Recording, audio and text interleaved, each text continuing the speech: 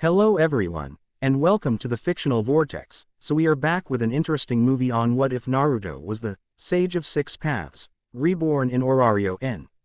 Naruto x Freya x Riveria Ljos Alf DanMachi. But before we start, I just want to remind you to please subscribe to my channel and hit the like button if you enjoy my content. Let's start the story. Chapter 1. The Forgotten Sage. The morning sun pierced through Orario's eastern gates, casting long shadows across the cobblestone streets as vendors prepared their stalls for the day's commerce. A solitary figure stirred in the narrow alley between a baker's shop and a blacksmith, his body aching as consciousness slowly returned. Blonde hair matted with dirt and blood, the young man pushed himself up from the cold stone. Azure eyes blinking against the harsh light. His mind felt like shattered glass, fragments of memories and impressions that refused to form a coherent whole. Who was he? Where was this place? The questions pounded against his skull with each heartbeat. Only one word surfaced from the maelstrom of his thoughts. Naruto. His name, at least, had survived whatever had brought him here. The rest remained shrouded in darkness, distant echoes of a life he could no longer recall. Rising unsteadily to his feet, Naruto examined his attire, tattered orange and black garments unlike the styles worn by passers-by. His hands instinctively patted down his body, searching for something. Weapons, tools, he wasn't certain. The muscle memory remained even as the purpose escaped him. "You there, vagrant," a gruff voice called out. "Move along before I call the guards." The baker stood in the alleyway entrance, broom clutched like a weapon. Naruto raised his hands in a placating gesture, surprised by his own fluency when words flowed from his mouth. "Sorry, old man, I'm just trying to figure out where I am." "Where you are?" The baker's bushy eyebrows rose in suspicion. "You're in Orario, city of adventurers and gods. How could you not know that?" Orario, adventurers, gods. None of these words triggered recognition, yet they didn't feel entirely alien either. "Head injury," Naruto offered, tapping his temple with a grimace that wasn't entirely feigned. "Things are foggy." The baker's expression softened marginally. "Well, can't help you with that. But you can't stay here. Go to the guild if you need work or information." He gestured vaguely toward the city center. "Now off with you. I've bread to bake." Naruto nodded, stepping out into the bustling street. The city sprawled around him in a chaotic tapestry of architecture, grand stone buildings alongside humble wooden structures, all arranged in concentric rings around a massive tower that dominated the skyline. The Tower of Babel, he would later learn, marking the entrance to the dungeon below. People of all descriptions moved through the streets, humans primarily, but also shorter folk with pointed ears. Burly men and women with animalistic features, and slender individuals of extraordinary beauty. What struck Naruto most wasn't their appearance, however, but the strange energy signatures they emanated.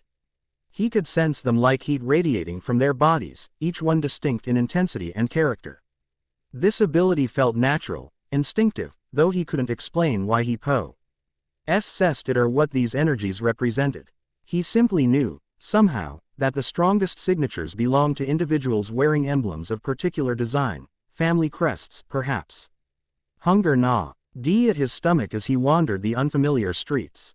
No money, no identity, no connections, his situation couldn't be more precarious.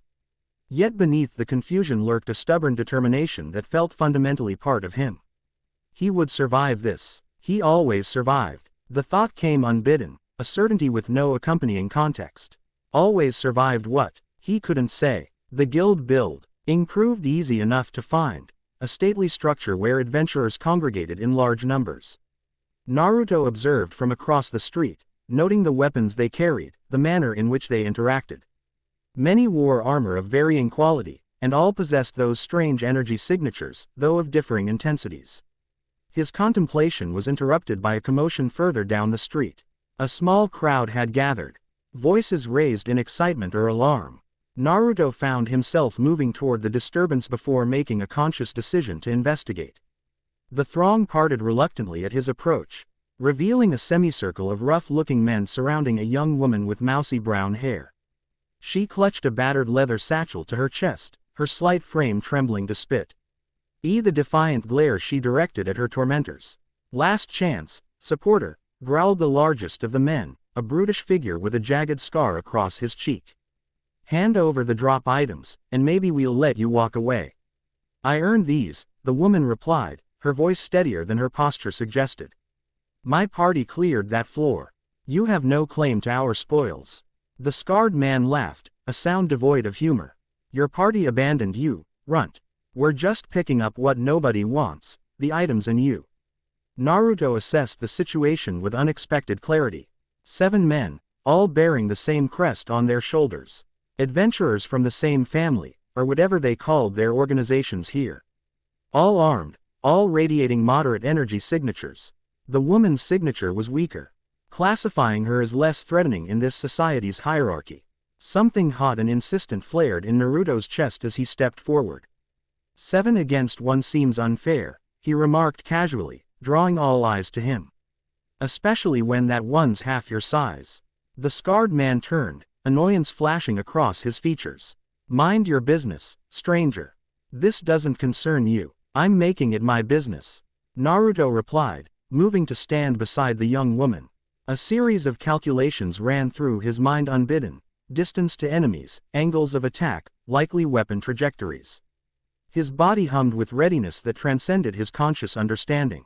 "You're either brave or stupid," the scarred man said, drawing a short sword. "Either way, you'll regret interfering with Soma Familia business." The woman beside him whispered urgently, "Don't. They're level 2s, you can't." Whatever warning she intended was lost as the first attacker lunged. Time seemed to slow, as Naruto's body responded with fluid precision. He sidestepped the blade, one hand closing around the attacker's wrist while the other delivered a palm strike to the elbow joint. The crack of breaking G-bone preceded a howl of pain and the clatter of the dropped weapon. No time to contemplate how he knew to do this. The remaining 6 converged, and Naruto moved through them like water through stones. Each motion flowed into the next, a sweep taking one man's legs from beneath him, a pivot avoiding a dagger thrust, knuckles connecting with a solar plexus, an elbow redirecting a wild swing into another attacker. Energy surged through his pathways, familiar yet strange, not quite matching the patterns he sensed in others. It gathered instinctively at his extremities, enhancing his strength and speed beyond ordinary human limits. 30 seconds after the first attack, all 7 men lay groaning on the cobblestones. Naruto stood unscathed, not even breathing hard, as murmurs rippled through the gathered onlookers. "Did you see? No magic trigger. Moved like a level 4 at least. No familia emblem." The young woman stared at him, wide-eyed. How did you do that? Who are you?" Naruto's smile felt brittle as he offered a hand to steady her. "Name's Naruto. As for the rest, I'm still figuring that out." Her name was Lilyruka Ard, Lily to most, and she belonged to the same Soma Familia as her attackers. Though her relationship with them was clearly antagonistic. Over a meager meal she insisted on buying him. "The least I can do for my savior," she explained the basics of Orario's society. The dungeon, a massive labyrinth beneath the city that spawned monsters. Adventurers, those who delved into its depths to battle these creatures and collect valuable crystals and drop items. Supporters, individuals like Lily who assisted adventurers by carrying equipment and spoils. Gods, divine beings who had descended from the heavenly realm to live among mortals, granting their followers powers through blessings called Falna. Familia, the organizations formed around these deities, functioning as combined households, religious orders, and business enterprises. "So these gods give people powers?" Naruto asked, trying to reconcile this information with the energy signatures he sensed. Lily nodded, taking a bite of her bread. "They engrave a Falna on your back, a status that grows as you defeat monsters. It's measured in levels and abilities. Those men were level 2s, which makes what you did." She trailed off, studying him with renewed interest. "You must have a powerful Falna. Which god do you serve?" The question struck a discordant note. Serve a god. The concept felt fundamentally wrong, though he couldn't articulate why. "I don't have one of those Falna things," he said. Lily's eyebrows shot up. "That's impossible. No one could move like you did without a god's blessing." Her eyes narrowed suspiciously. "Are you hiding your familia allegiance?" "I'm not hiding anything," Naruto insisted, then grimaced. "Well, not intentionally. I woke up in an alley this morning with no memories except my name. Everything before that is just gone. Skepticism warred with curiosity on Lily's face. Convenient story. Not from where I'm sitting, Naruto retorted, then sighed. Look, I helped you because it was the right thing to do. I don't court you to believe me or help me in return. He made to stand, but Lily's small hand darted out, catching his sleeve. Something in his expression must have convinced her, because her suspicion gave way to cautious sympathy. Wait, she said, I might know someone who can help. There's a minor goddess who's trying to establish a new familia. She might be willing to check if you have a hidden fauna or grant you one if you don't. Hope flickered in Naruto's chest. And she could help with my memories. Lily's expression turned apologetic. Gods have many powers, but restoring memories isn't one of them, as far as I know. Still, having a familia would give you a place to start. Somewhere to belong while you figure things out. Somewhere to belong. The phrase resonated deeply, striking chords of longing that suggested his past included both the absence and presence of such belonging. Lead the way, he decided. They traversed the city's western districts, where grand manors gave way to more modest dwellings. Lily explained that the goddess Hesperides had descended only recently and struggled to attract followers in a city dominated by well-established familias. Her domain encompassed hearth and hospitality, making her less appealing to glory-seeking adventurers than deities associated with war or strategy. She's nice, though, Lily added. One of the few gods who treated me decently when I delivered supplies to her estate. The Hearth Familia headquarters proved to be a weathered 3-story building that had clearly seen better days. Ivy climbed its stone facade, and several windows had been repaired with mismatched glass. Still, the property was meticulously maintained, the walkway swept clean and modest flower beds brightening the entranceway. A tall woman with auburn hair answered Lily's knock, her practical attire suggesting a life of service rather than adventure. Her sharp eyes assessed them both before recognition softened her features. Miss Lilyruka, isn't it? What brings Soma Familia to our door? I'm here in a personal capacity, Miss Nora, Lily replied respectfully. This is Naruto. He saved me from some troublesome individuals and, well, he has an unusual situation that might interest Lady Hesperides. Nora's gaze shifted to Naruto, and he felt the unsettling sensation of being thoroughly catalogued and categorized in seconds. I see, she said. Though what exactly she saw remained her own counsel. Wait here. She disappeared inside, leaving them on the threshold. Naruto took the opportunity to extend his senses, cataloging the energy signatures within. 3 individuals besides Nora, all with modest signatures except one that radiated a fundamentally different quality, warmer, deeper, more intricate in its patterns. That would be Lady Hesperides, he murmured. Lily gave him a startled look. How did you? The door reopened before she could complete the question.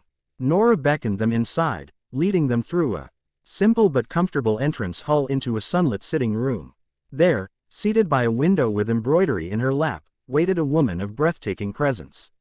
Hesperides appeared youthful, perhaps in her early 20s by human standards, with copper gold hair that caught the afternoon light. Her features possessed the flawless symmetry common to all deities, yet hers was a gentle beauty rather than the intimidating perfection some gods cultivated.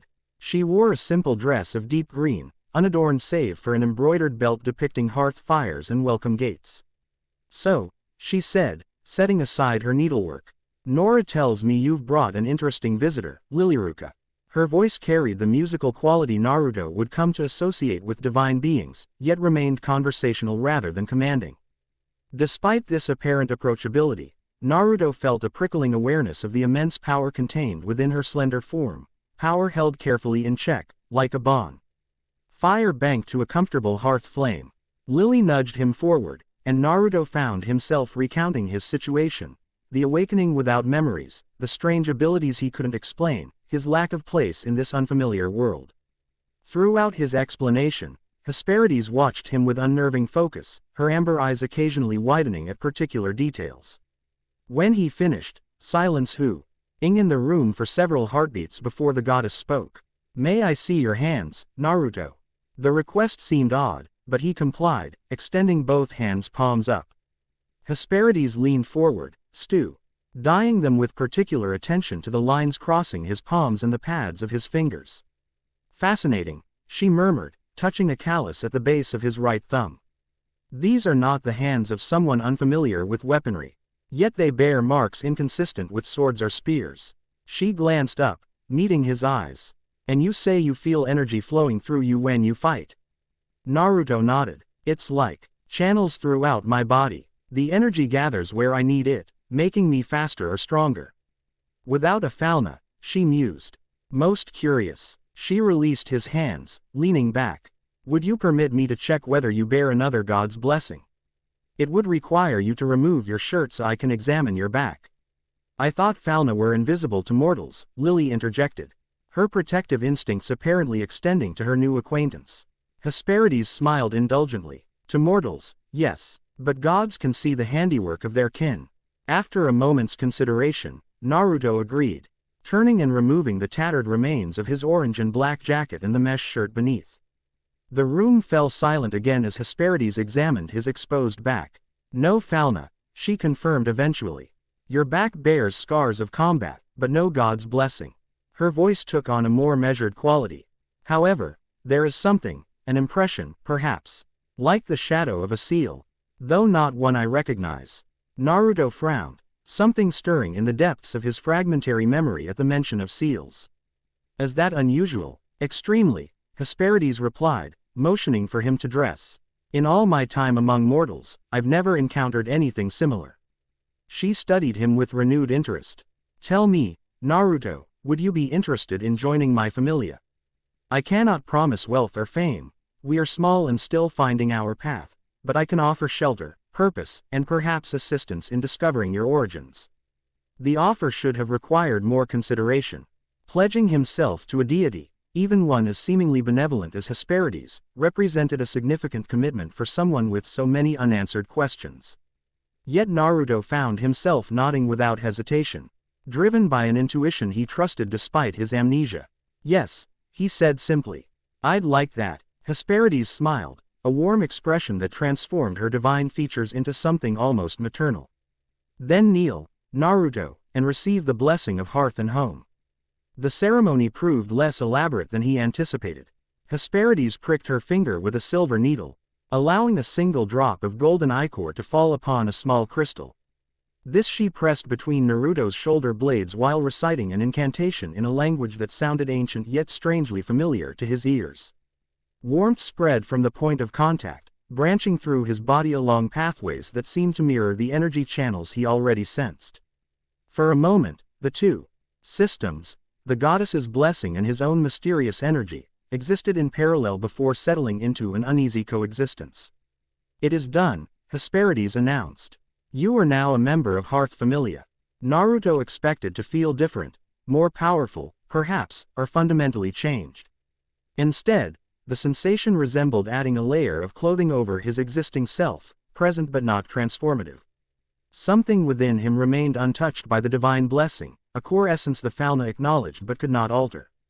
Lily watched the proceedings with undisguised fascination. Will you check his status, Lady Hesperides? I'm curious what abilities someone with his combat skills might have. The goddess nodded, retrieving a sheet of parchment. With your permission, Naruto. At his assent, she pressed the parchment to his back, infusing it with a touch of divine power. The blank sheet filled with writing, which Hesperides studied with increasing bewilderment. This cannot be correct, she murmured. What is it? Naruto asked, unable to see the parchment himself. Hesperides cleared her throat, reading. Naruto. Level 1. Strength. I0. Endurance. I0. Dexterity. I0. Agility. I0. Magic. I0. Skills. Unknown origin. Status parameters do not reflect observed capabilities. Sage's remnant. Is that bad? Naruto ventured into the stunned silence that followed. Lily found her voice first. It's impossible. You fought like a high-level adventurer. Your status should reflect that. Indeed, Hesperides agreed, studying the parchment with intense concentration. The Falna doesn't lie, yet it acknowledges the discrepancy through this unknown origin skill. And this other one, she tapped the parchment. I've never seen the Falna mark a skill with question marks before. It's as though the blessing itself cannot comprehend what it's attempting to categorize. The implications hung heavily in the room. Whatever Naruto was, wherever he had come from, it existed outside the established order of this world, beyond even a goddess's immediate understanding. Hesperides carefully folded the parchment, her expression thoughtful. We should proceed cautiously. Your abilities clearly function independently of the fauna, which places you in a unique position. It would be wise not to draw undue attention until we better understand your nature. Naruto recognized the protective intent behind her words. You think other gods would take an unhealthy interest? Some would, she confirmed. There are deities who collect rarity, wise and mysteries as others collect fine art. Your existence would prove irresistible to certain members of the pantheon. An image flashed unbidden through Naruto's mind, a pale figure with serpentine eyes, regarding him with covetous hunger. The vision vanished as quickly as it appeared, leaving behind a bitter taste of recognition without context. I understand, he said. I'll try to be inconspicuous. Lily's snort suggested she found this proposition dubious, given his bright hair and distinctive appearance. For now, Hesperides continued, you should meet your new familia members and settle in. Tomorrow, perhaps, we can begin exploring practical applications of your abilities. She introduced him to the household. Nora, the stern but fair steward who managed domestic affairs, Elias, a taciturn level 2 warrior who had followed Hesperides since her descent, and Marin, a cheerful young mage specializing in minor healing arts. Together with Naruto, they constituted the entire tie of Hearth Familia, a humble beginning that nevertheless offered stability.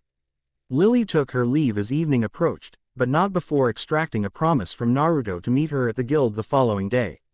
I'll show you the registration process, she insisted, and maybe introduce you to some reliable equipment vendors. You'll need proper gear if you're planning to enter the dungeon. After she departed, Nora showed Naruto to a small but clean room on the building's 3rd floor. It isn't much, she apologized, but it's yours for as long as you wish to stay. Naruto surveyed the simple furnishings, a narrow bed, a weathered dresser, a chair beside a window overlooking Orario's western districts. Beyond the sprawl of buildings, the great Tower of Babel rose like a beacon against the darkening sky. It's perfect, he replied honestly. After a day of confusion and dislocation, the modest space represented something precious, a starting point. Later, lying awake as moonlight painted silver rectangles across his floor, Naruto attempted to organize the fragments of memory that surfaced throughout the day. Faces without names, battles without context, powers he understood instinctively but couldn't explain. Behind it all lurked the certainty that his presence in Orario was not accidental, that purpose, not chance, had brought him to this place. Sleep came reluctantly, and with it, dreams of a massive tree with roots that burrowed deep into the earth and branches that pierced the heavens. 9 shadowy beasts circled its trunk, their forms indistinct save for glowing eyes that tracked his dream self with recognition. The largest, a 9-tailed fox, regarded him with particular intensity before opening massive jaws to speak. Remember who you are, sage. Naruto woke with the dawn. The dream already fading but the fox's words lingering like an echo. Sage. Another piece of the puzzle, though its meaning remained obscure. Hesperides awaited him in the small garden behind the Familia house. Seated cross-legged on a stone bench, she motioned for him to join her, indicating a similar position on the grass before her. Dreams often reveal what memory conceals, she observed, somehow aware of his restless night. Before we explore your physical capabilities, I'd like to try something less conventional. Meditation. Naruto guessed, the posture feeling strangely familiar. The goddess smiled. Of a sort, I believe your energy, what you described as flowing through channels, may be the key to understanding your origin. I'd like you to focus on that energy. Why while I observe with divine perception? The request seemed reasonable enough. Naruto closed his eyes, turning his attention inward to the network of energy pathways that crisscrossed his body. Unlike the fauna's power, which flowed from the mark on his back, this energy circulated from a core in his abdomen, following established routes like water through irrigation channels.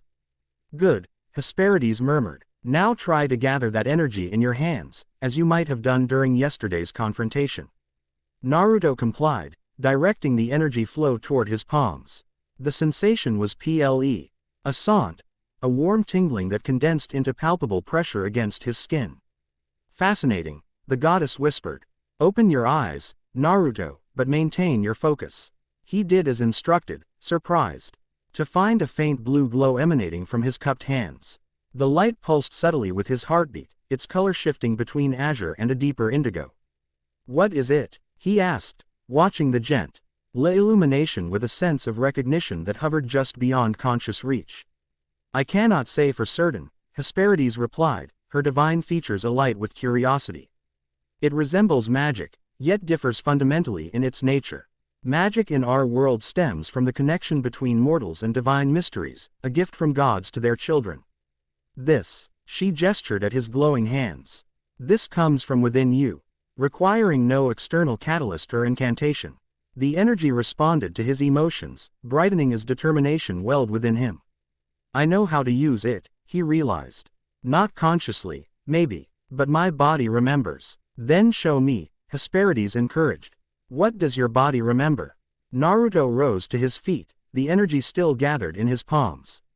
Acting on instinct, he brought his hands together in a sequence of positions, fingers interlaced, then separate patterns with each hand. The movements felt practiced, automatic, like a dancer performing steps engraved in muscle memory. Shadow clone jutsu, he found himself saying, the words emerging unbidden as the energy surged through his channels and outward. A puff of smoke materialized beside him, quickly dissipating to reveal himself. An identical copy of Naruto stood in the garden, matching his posture and expression of surprise. Hesperides gasped, rising from her bench. Extraordinary. I've seen illusion magic before, but this. She circled the clone, examining it from all angles. This is a physical duplication, not mere trickery of the senses. The clone grinned, rubbing the back of its head in a gesture Naruto recognized as his own. Believe it, it said, its voice indistinguishable from the original's. More surprising than the clone's existence was Naruto's complete lack of astonishment. Some part of him had expected exactly this result, suggesting this ability featured prominently in his forgotten past. Can it act independently? Hesperides inquired, demonstrating analytical curiosity that likely characterized all deities. In answer, the clone walked to a nearby flower bed, plucked a daisy, and presented it to the goddess with a flourish that made Naruto wince at his duplicate's forward behavior. Hesperides accepted the bloom with amused dignity. Fully autonomous, it seems, she noted. How long will it persist? Naruto frowned, searching his fragmented knowledge. Until it takes significant damage or I dismiss it, I think. The information came from somewhere beyond conscious memory, rising like bubbles from deep water. And can you create more than one? He could, he realized, many more. The technique's versatility and limitations unfurled in his mind like a scroll being gradually unraveled. Yes, though maintaining too many would drain my energy reserves. Your chakra, the clone interjected. Both Naruto and Hesperides turned to the duplicate with surprise. That's what it's called, the clone continued, tapping its abdomen. Chakra, the energy that flows through these pathways, meridians. It's a combination of physical and spiritual energy. How do you know that when I don't? Naruto demanded, disconcerted by his copy's apparent access to information he himself couldn't recall. The clone shrugged. I'm you, just less blocked. When you created me, something flowed through more freely. It tilted its head, considering. I don't have all the answers either. But some things seem clearer from this perspective. Hesperides watched this exchange with fascination. It seems the act of dividing your consciousness has I ally bypassed whatever seals your memories. Most intriguing. She addressed the clone directly. What else can you tell us about chakra or Naruto's abilities? Hand signs focus chakra for different techniques. Jutsu, the clone explained. Demonstrating several patterns with its fingers. Different combinations produce different effects. The shadow clone is one of his specialties, but there are others. It frowned, evidently encountering the same barriers that plagued the original. Something about elements. Wind, I think, is his primary affinity. The information felt right to Naruto, nodding with the fragments of knowledge he already possessed. And my origin. Where did I come from before Orario? The clone's expression clouded. That's still murky. There was a war, something about the moon, a goddess with horns. It grimaced, pressing a hand to its temple. It's like trying to see through muddy water. The harder I look, the more it stirs up and obscures. Disappointment washed through Naruto, though he hadn't truly expected an easy resolution to his amnesia. What about the dream? The tree and the beasts? The nine-tailed fox called me, sage. At the mention of the fox, the clone stiffened, its eyes widening. Kurama, it whispered. His name is Kurama. Then, without warning, the duplicate vanished in another puff of smoke. The name hung in the air between Naruto and Hesperides, another piece of the puzzle, though its significance remained unclear. It seems there are limits to what your duplicates can access, the goddess observed. Still, we've learned much this morning. Chakra, jutsu. These are terms from your world, offering clues to your origin. My world, Naruto repeated slowly. You think I'm from somewhere else. Not just another country. Hesperides gestured expansively. The divine realm, the mortal world, the dungeon beneath. These are the divisions of existence as we understand them. But the gods have long suspected other realms might exist beyond our perception. Her amber eyes studied him with renewed intensity. Your abilities follow principles unknown to our world's magic system. Your energy, chakra, operates independently of divine blessing. These suggest an origin outside our cosmology. The implications staggered Naruto. Not just an amnesiac, but potentially a traveler between worlds. The concept should have seemed absurd, yet it aligned with the dislocated feeling that had haunted him since awakening in that alley. Let's continue exploring what your body remembers, Hesperides suggested, perhaps sensing his growing unease. Knowledge often returns through action rather than contemplation. The morning proceeded with experimentation. Naruto discovered he could walk up vertical surfaces by channeling chakra to his feet. He could enhance his jumps to clear the three-story familia house with ease. His reflexes bordered on precognitive, allowing him to dodge objects thrown from blind spots. Each demon's tration unlocked fragments of procedural memory, how to perform techniques without understanding their origins. By midday, Naruto had compiled a limited inventory of his abilities, shadow clones, enhanced physical attributes, surface adhesion, and a sensing capacity that detected energy signatures at considerable distances. Lady Hesperides, Marin's voice interrupted their practice. The young mage hurried into the garden, slightly breathless. Guild officials are here. Something about an unregistered adventurer involved in a public altercation yesterday. Hesperides sighed, brushing soil from her simple dress. It seems your encounter with Soma Familia has drawn attention after all. No matter. As a newly blessed member of Hearth Familia, you're well within your rights. She turned to Naruto with an encouraging smile. Remember our discussion about discretion. Until we better understand your circumstances, it would be wise not to demonstrate your more unusual abilities to strangers. Naruto nodded, following the goddess inside where two guild representatives waited in the entry hall. Both wore the distinctive uniform of Orario's regulatory body, navy blue with silver trim, mark. Ed with the guild's emblem of crossed swords over an open book. The senior official, a woman with steel-gray hair and matching eyes, addressed Hesperides with formal respect. Lady Hesperides, I am Ravenna Thorpe, guild inspector. We're investigating an incident involving several Soma Familia members who claim they were assaulted by an unregistered individual. My newest Familia member, Hesperides replied smoothly, gesturing to Naruto. Blessed just yesterday afternoon, in fact. I'm afraid he encountered some of Soma's less savory elements before officially joining our household. Ravenna's sharp gaze assessed Naruto. The description matches. Blonde hair, unusual attire, exceptional combat abilities. Her tone remained neutral, but her expression suggested skepticism. The complainants described abilities inconsistent with a new adventurer. They claimed you defeated 7 level 2 adventurers without weapons or magic. An exaggeration, surely, Hesperides interjected before Naruto could respond. My child merely defended himself and a supporter who was being harassed. Perhaps Soma's members found it easier to claim extraordinary opposition than admit defeat by a newcomer. The inspector's lips thinned. Perhaps. Nevertheless, all adventurers must register with the guild. It's a requirement for legal dungeon exploration and provides necessary protections for both the individual and the city. Of course, the goddess agreed. Naruto was planning to visit the guild today for precisely that purpose. This visit of yours has simply underscored the urgency. Ravenna eyed them both for a moment longer before nodding curtly. See that he does. Unregistered adventurers create complications we'd all prefer to avoid. She handed Naruto a small leather folder. Your temporary documentation. Present this at the guild main desk for formal registration. After the officials departed, Hesperides released a small sigh. Earlier attention than I'd hoped for, but manageable. The guild maintains neutrality between familias, but they report unusual occurrences to interested parties. Meaning other gods might hear about me, Naruto surmised.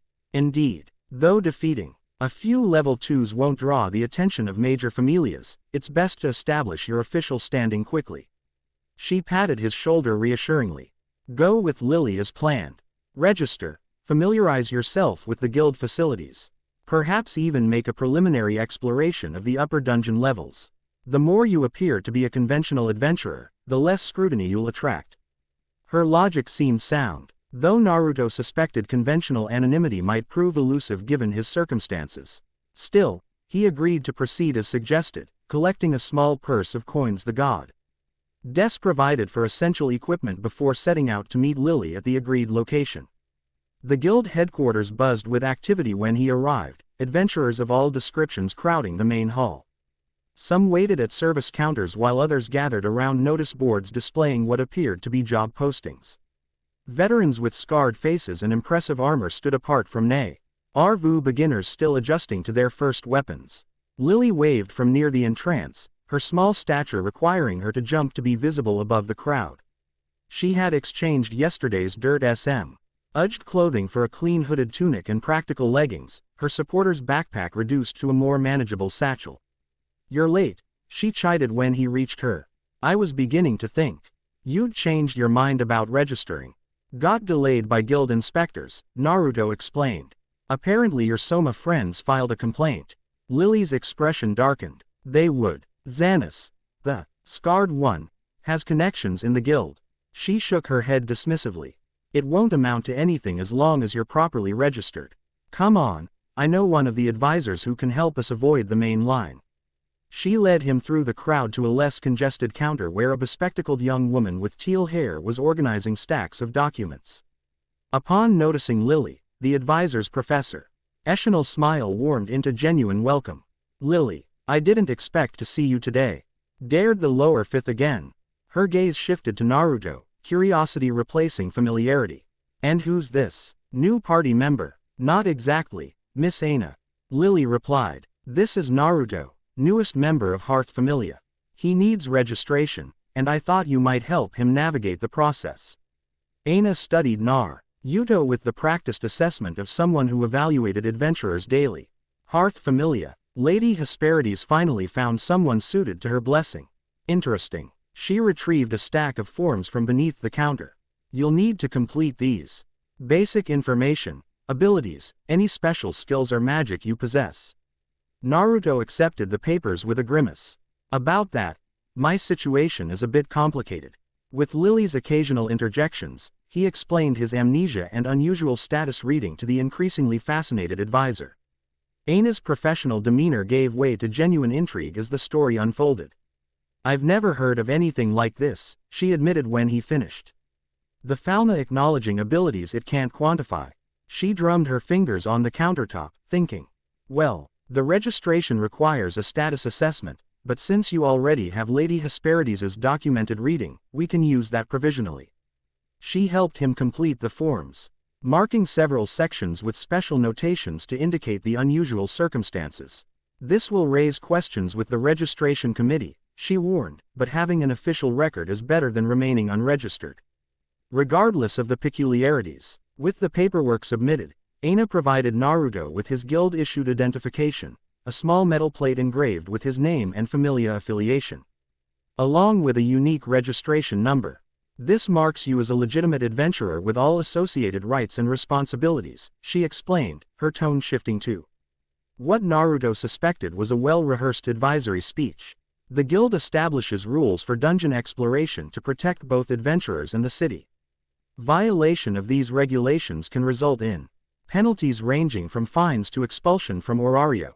She proceeded to outline the basics. The dungeon's level structure, monster varieties on different floors, crystal collection procedures, prohibited activities, and emergency protocols. Despite the volume of information, Naruto found himself absorbing the details with unexpected ease, as though accustomed to assimilating complex tactical data. For someone with your unusual status situation, I'd recommend exploring only the upper floors initially, Aina concluded. Until you have a clearer understanding of how your abilities translate to the dungeon environment. Caution is advisable. She means don't get yourself killed on your first day, Lily translated bluntly. The dungeon doesn't care about your amnesia or special circumstances. It just wants to eat you. Aina's expression suggested this wasn't quite how she would have phrased it, but she didn't disagree. Precisely. Now, do you have appropriate equipment for exploration? Naruto's inventory consisted solely of the clothes he wore and the small purse of coins Hesperides had provided. Aina sighed at this admission, directing them to several guild-approved vendors who offered beginner equipment at reasonable prices. Nothing fancy for your first expedition, she advised. Basic protective gear, a reliable weapon, provisions, and a light source should suffice for the upper floors.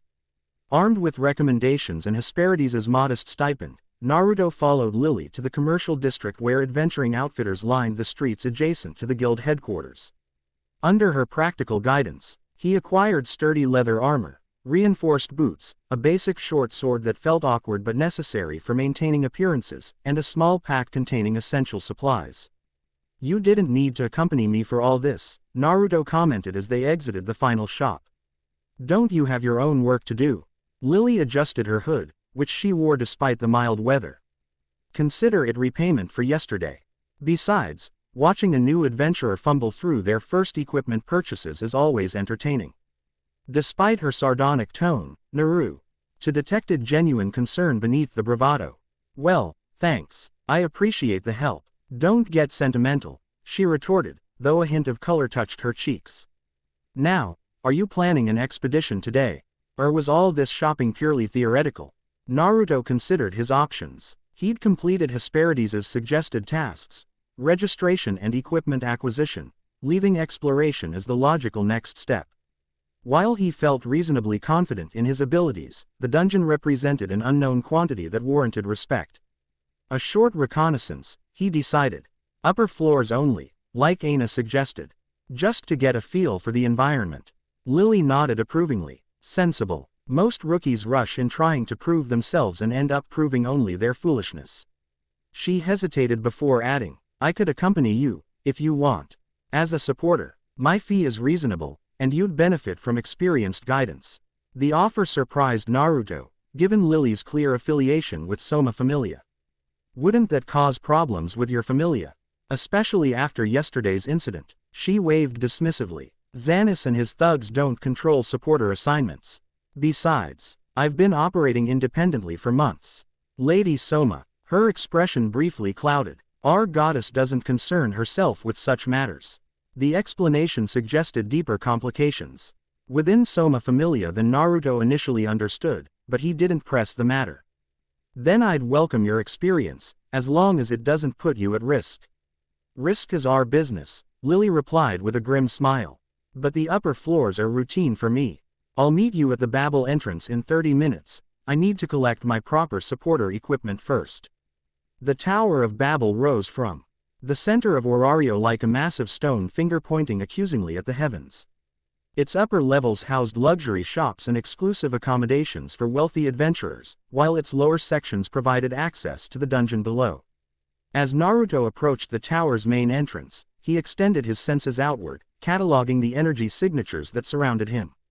Most registered as the now familiar pattern of Falna-blessed adventurers, their signatures varying in intensity according to their levels and abilities. Occasional flares of deeper, more complex energy marked the presence of D80s moving among their mortal followers. But beneath it all, pulsing from the great opening that led below, emanated something fundamentally different, ancient, primal, neither divine nor mortal. The dungeon itself, Naruto realized. The massive labyrinth radiated a distinctive energy signature, unlike anything he'd sensed since awakening in Orario. Something about its quality nagged at his fragmentary memories, suggesting parallels to phenomena he'd encountered in his forgotten past. "There you are," Lily's voice interrupted his contemplation. She approached with her supporter's backpack. Fully equipped, a massive frame nearly as large as her body, designed to carry the spoils of dungeon exploration. "Ready for your first descent?" Naruto nodded, tucking away his observations for later consideration. Together, they joined the steady stream of adventurers entering Babel's grand doorway and descending the broad staircase that led to the dungeon's first floor. The transition from the constructed environment of Babel to the organic structure of the dungeon occurred gradually, then suddenly, stone steps giving way to a tunnel of smooth, slightly luminescent material that resembled either rock nor plant matter, but something between the two. The walls emitted a soft bluish glow, providing just enough illumination to navigate without artificial light. "The dungeon is alive," Lily explained, noting Naruto's fascination with the surrounding material. "It grows, heals damage, and spawns monsters from its walls. The deeper you go, the more active this process becomes." As if to illustrate her point, a section of wall several paces ahead bulged outward, its surface rippling like disturbed water.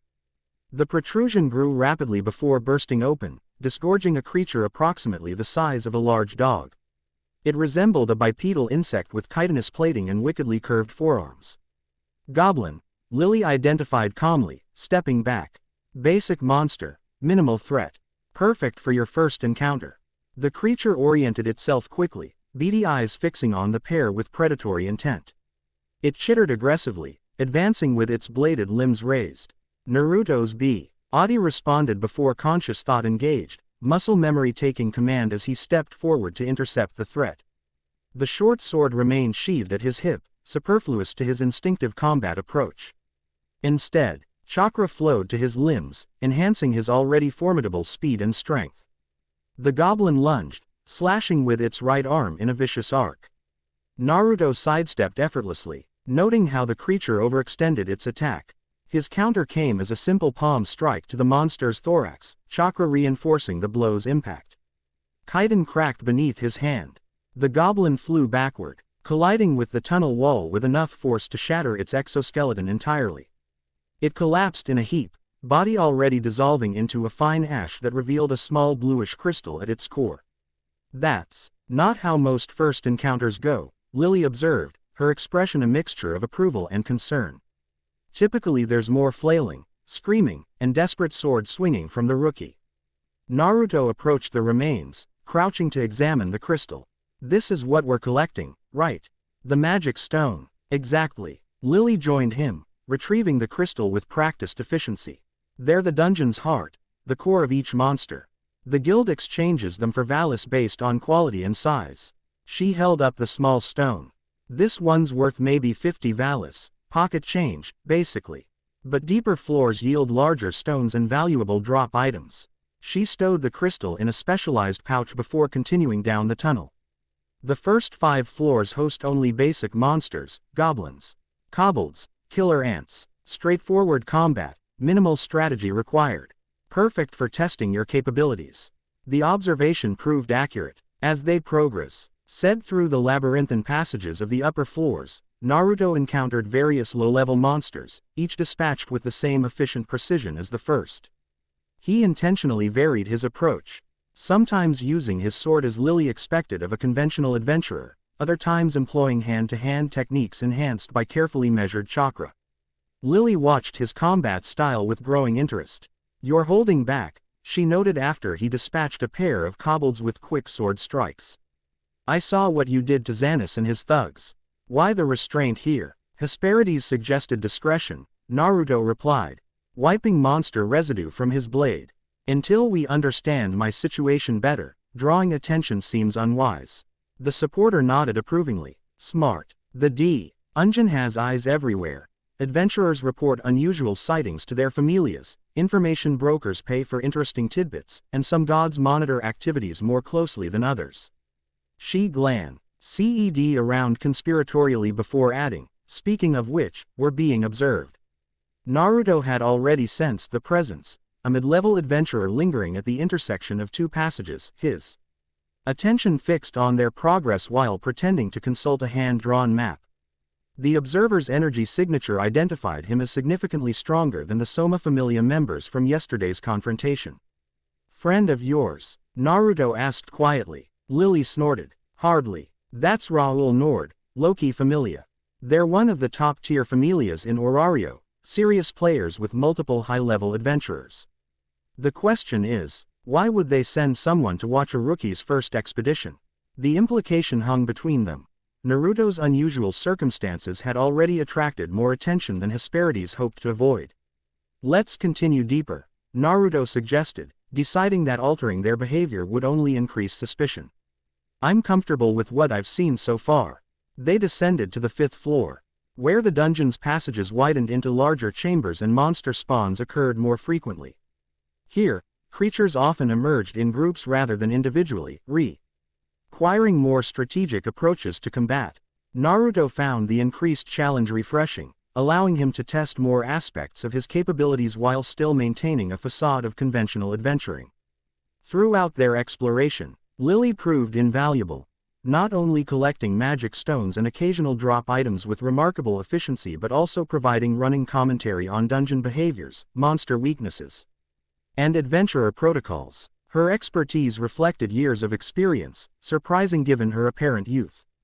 "How long have you been doing this?" Naruto asked during a brief rest, watching her organize their collected spoils. 4 years, she replied without looking up from her task. "Started when I was 11 after my parents died in a dungeon expedition. Had nowhere else to go. So I joined Soma Familia thinking they'd protect me." Her voice took on a bitter edge.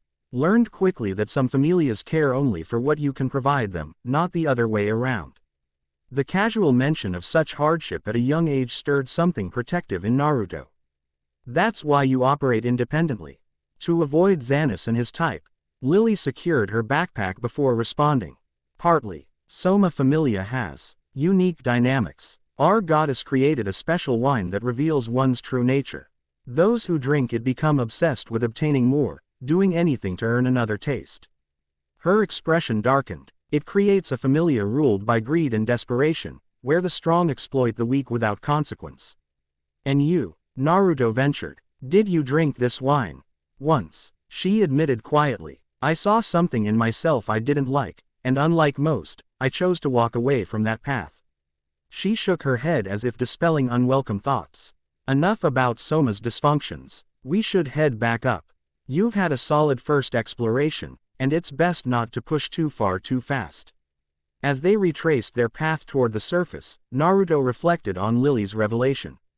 The concept of gods testing their followers through divine gifts resonated with his fragmented understanding of power and its corrupting potential. Something about Lily's I stance to this temptation struck him as profoundly important, though he couldn't articulate why. Their ascent proceeded smoothly until they reached the 3rd floor, where an unusual commotion echoed from a chamber ahead. Screams mingled with the distinctive sounds of combat, suggesting adventurers in distress rather than routine monster hunting. Lily tensed, instinctively moving closer to Naruto. "Something's wrong. That sounds like panic, not controlled fighting." Without discussion, they quickened their pace toward the disturbance. The passage opened into a large circular chamber where chaos reigned. A party of novice adventurers, identifiable by their basic equipment and disorganized formation, faced off against an unexpected threat, a silverback ape-like monster with powerful limbs and gleaming fangs. "An irregular," Lily whispered urgently. "That creature shouldn't be on this floor. It's a 7th floor monster at minimum. Sometimes the dungeon spawns monsters outside their normal range. Bad luck for those rookies." The assessment seemed accurate. The novice party, consisting of 5 young adventurers, clearly found themselves outmatched. 2 already lay injured while the remaining 3 maintained a defensive perimeter, their expressions betraying terror and exhaustion. "We need to help them," Naruto decided, already moving forward. Lily caught his sleeve. "Wait, T's not just any party, they're Mayak Familia. Getting involved means entangling yourself in Familia politics." "Politics can wait," Naruto replied firmly, gently removing her restraining hand. Those people need help now. Before Lily could object further, Naruto strode into the chamber, assessing the situation with tactical clarity. The silverback had cornered the novices against the far wall, limiting their retreat options. Its movements suggested intelligence beyond ordinary monsters, deliberately cutting off escape routes rather than attacking blindly. "Hey," Naruto called, drawing the creature's attention. "Pick on someone your own size." The taunt accomplished its purpose. The silverback turned, evaluating this new threat with calculating eyes. It beat its chest in challenge, or echoing through the chamber that sent loose stones clattering from the ceiling. Naruto circulated chakra through his system, enhancing his physical attributes while maintaining a level of restraint.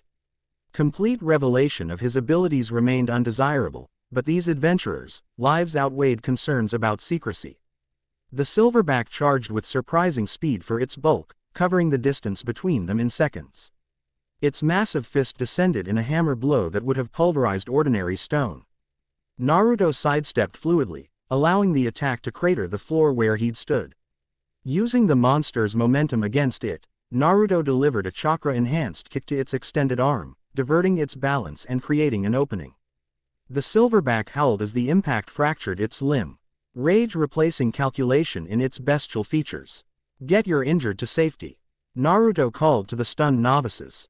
"I'll handle this." To their credit, the adventurers seized the opportunity, organizing a hasty retreat with their wounded comrades.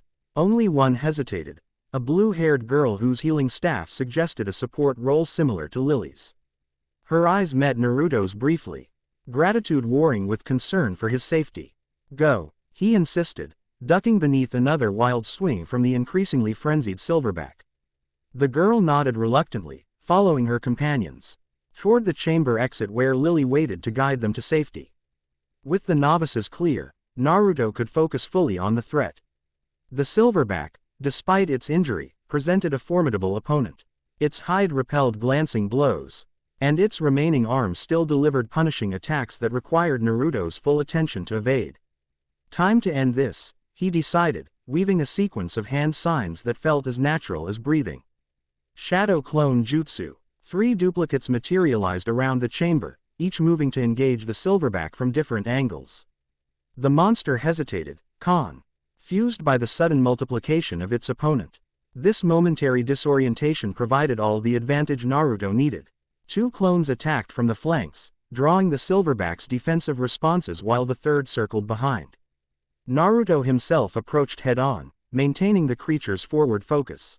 When the silverback lunged at what it perceived as the primary threat, the rear clone, he delivered a powerful strike to its spine while Naruto countered with a direct palm thrust to its chest.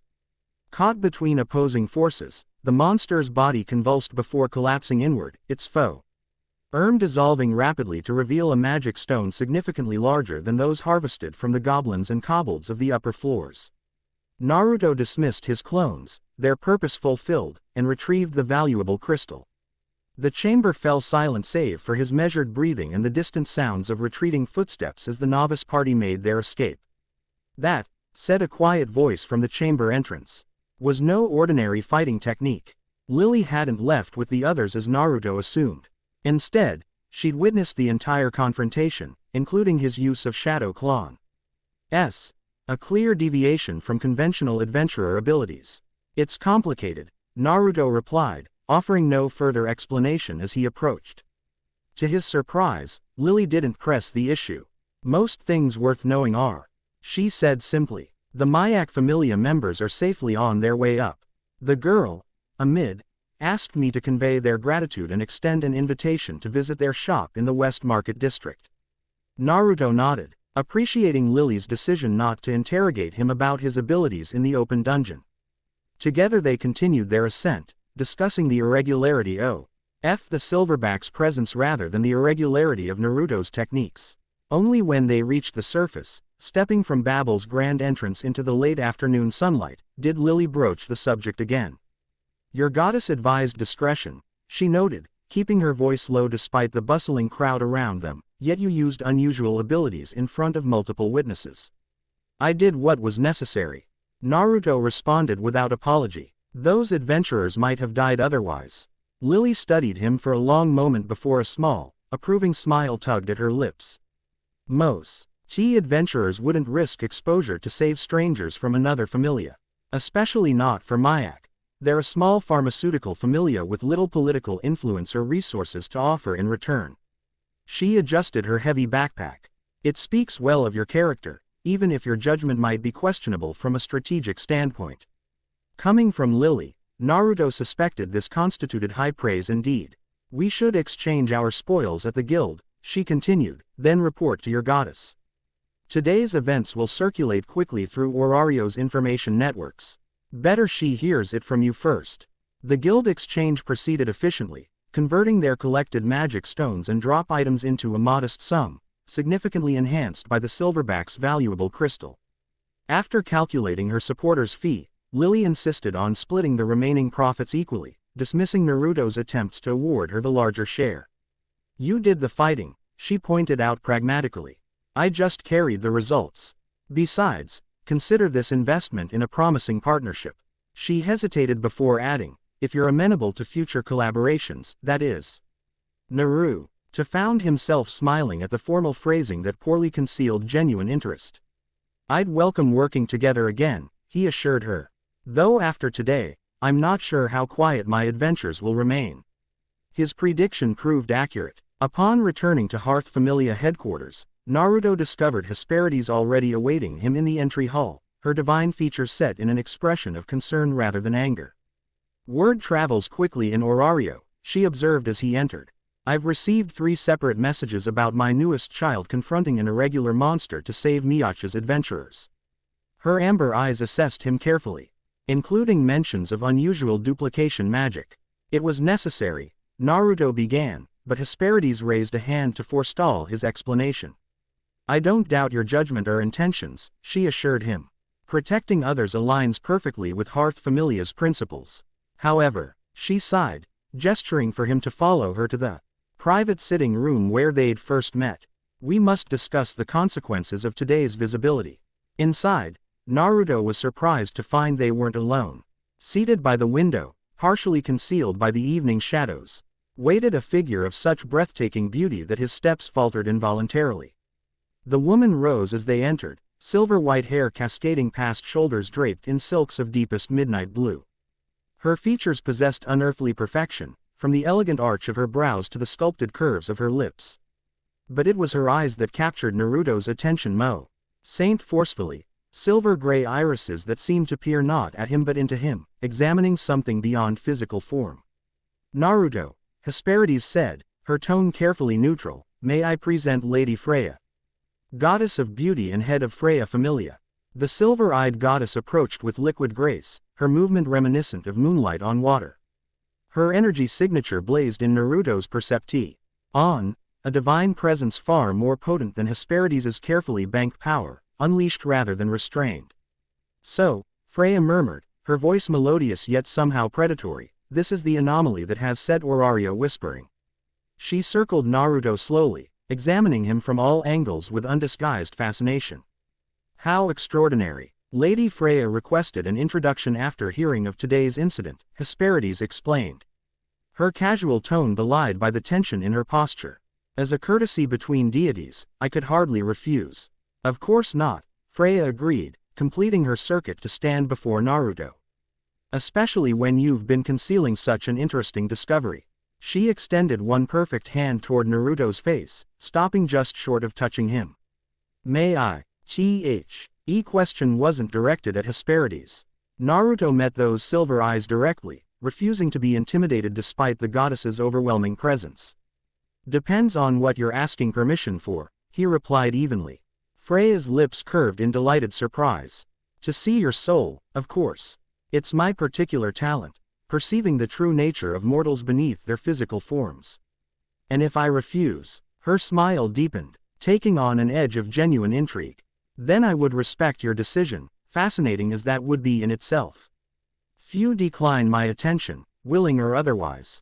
Naruto considered the request. Refusal might only intensify Freya's interest, while compliance might satisfy her curiosity enough to withdraw.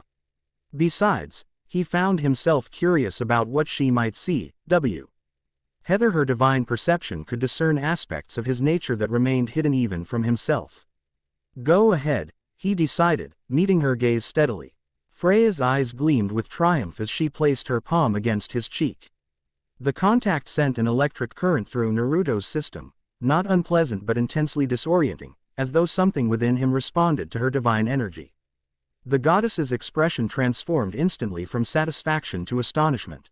Her silver eyes widened, lips parting in a silent gasp as she stared not at Naruto but through him, witnessing something beyond ordinary perception.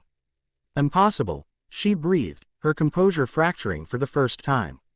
How can one soul contain so many colors? So many lives? Her free hand rose to join the first, framing Naruto's face as she leaned closer, her divine countenance alight with an emotion that bordered on reverence.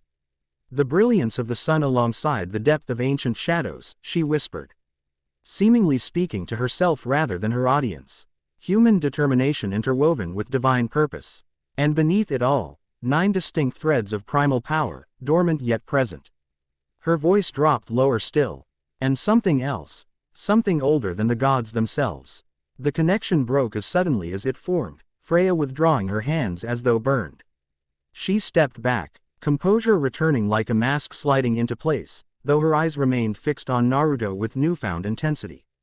Well, she said, her melodious voice restored to its earlier confidence, that was most illuminating. She turned to Hesperides, inclining her head in acknowledgement that somehow conveyed superiority rather than respect. You've found something truly unique, Hesperides.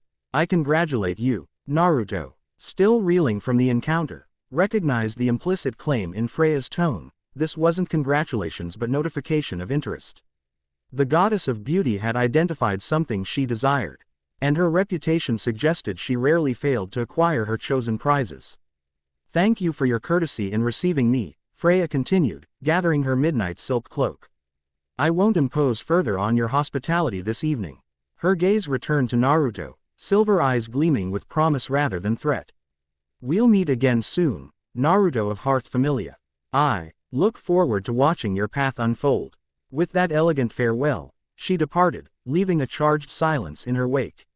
Hesperides released a long, measured breath once the front door closed behind her divine colleague. Well, the Hearth goddess said dryly, that complicates matters significantly. Naruto rubbed his cheek where Freya's touch lingered like the memory of frost.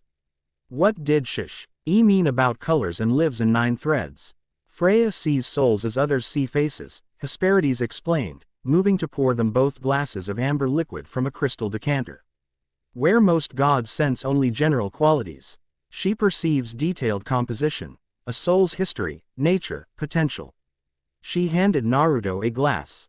You might want to sit down. I suspect we have much to discuss before morning. Outside the modest headquarters of Hearth Familia, Freya paused beneath the silver light of Orario's twin moons. A tall figure detached from the shadows across the street, approaching the silent grace of a seasoned warrior. Well, the newcomer asked, his wolf-like features betraying little emotion despite the keen interest in his voice. Freya's perfect lips curved into a smile of pure acquisition, the expression of a collector who has discovered an artifact of incalculable value. Prepare the familia, Ottar, she commanded softly. We've found something unprecedented, a soul that exists outside the divine order as we understand it. Her silver eyes gleamed with determination. And I intend to make it mine. As dawn broke over Orario the following day, a massive tree its roots that burrowed deep into the dungeon's heart stirred imperceptibly. 9 dormant entities sealed within its structure sensed a familiar presence that had returned to the world after eons of absence. In his modest room at Hearth Familia headquarters, Naruto dreamed again of the 9-tailed fox, its massive form resolving into sharper focus than before. The wheel turns, Kurama growled. Ruby eyes fixed on Naruto's dream self. Remember who you are, sage of 6 paths. The worlds depend on it.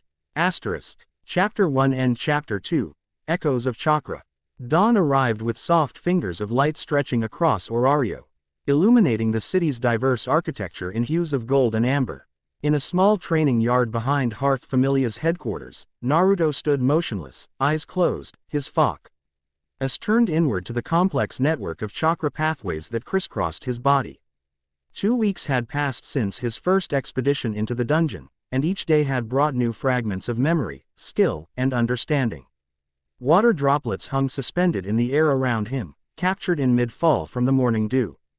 Naruto's hands formed a seal his muscles remembered while his mind still struggled to name. The droplets trembled, then coalesced into a perfect sphere that rotated slowly between his palms. Remarkable control, observed Hesperides from the edge of the yard. The goddess leaned against an ancient oak, her copper-gold hair unbound in the early light. Your progress accelerates daily. The water sphere collapsed as Naruto's concentration broke, splashing across the packed earth. He wiped his damp hands on his trousers, new garments of sturdy cloth in subdued orange and black, custom-made to replace his tattered original attire while honoring its design. It's not progress, he replied, frustrated despite the apparent achievement. It's recovery. My body remembers techniques my mind can't explain. Hesperides approached, her bare feet silent on the dewy grass.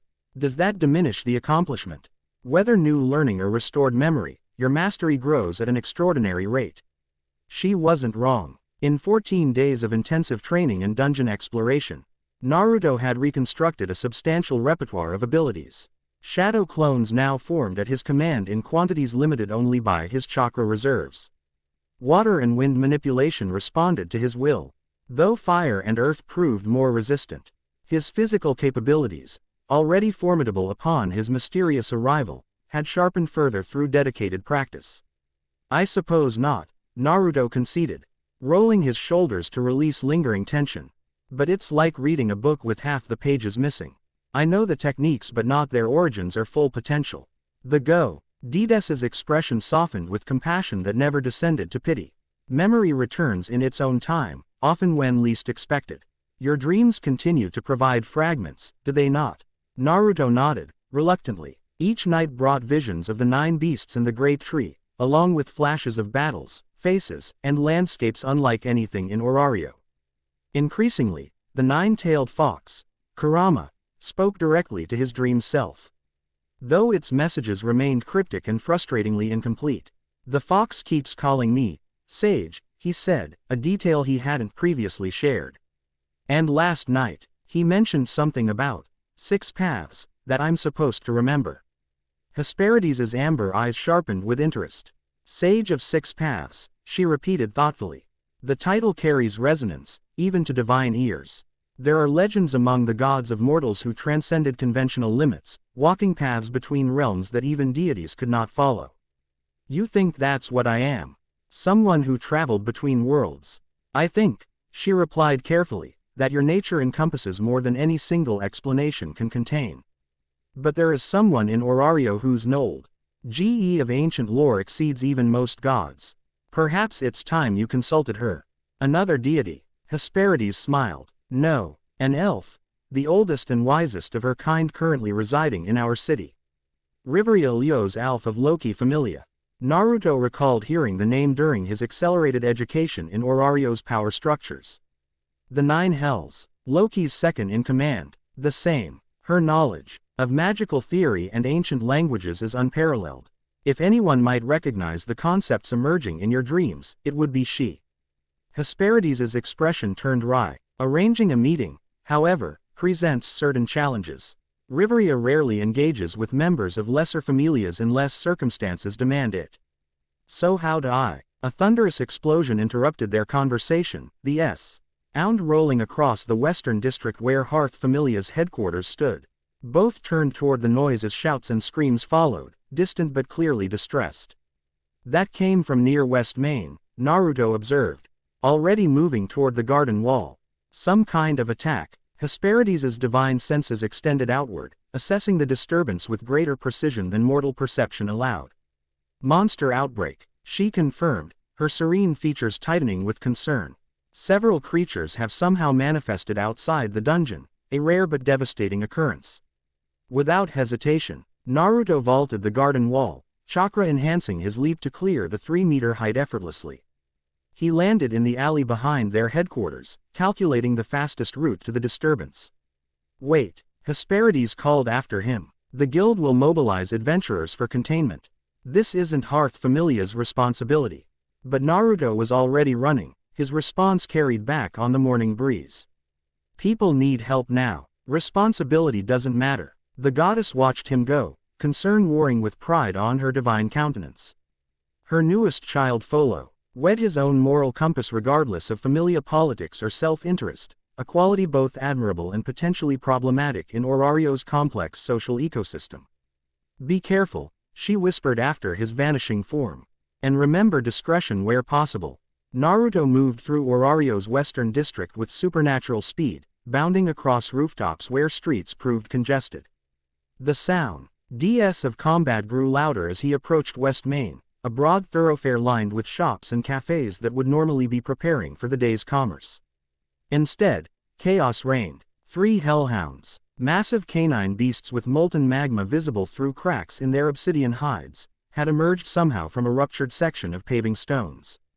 They rampaged through the street, their breath igniting wooden structures while terrified civilians fled in all directions. A small contingent of guild officials attempted to coordinate evacuation while a handful of adventurers who happened to be nearby engaged the monsters directly. Their efforts appeared disorganized and largely ineffective.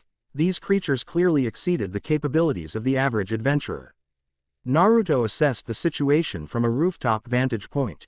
The hellhounds typically inhabited the dungeon's middle floors, making them formidable opponents even for experienced parties. Here on the surface, with civilians present and flammable structures everywhere, the danger multiplied exponentially. 3 targets, multiple civilians at risk, limited qualified assistance available, he catalogued mentally. Priority: containment and civilian protection. He formed the hand seals for Shadow Clone Jutsu, creating 5 duplicates without the usual smoke that might draw attention. 2 of you evacuate the northern section, he instructed. 2 take the south. 1 coordinate with guild officials. All engage directly. The clones nodded and dispersed to their assigned tasks while Naruto himself dropped into the street. Directly between a hellhound and a group of civilians trapped against a collapsed market stall. The monster whirled toward this new threat, magma dripping from its jaws as it assessed the solitary figure that had appeared in its path. Looking for me, Naruto called, drawing the creature's focus while his clone helped the trapped civilians retreat to safety. The hellhound charged, its massive paws leaving scorched imprints on the cobblestones. Naruto waited until the last possible moment before leaping upward, chakra propelling him well above the creature's snapping jaws. From above, he completed another set of hand seals. Water style. Raging rapids.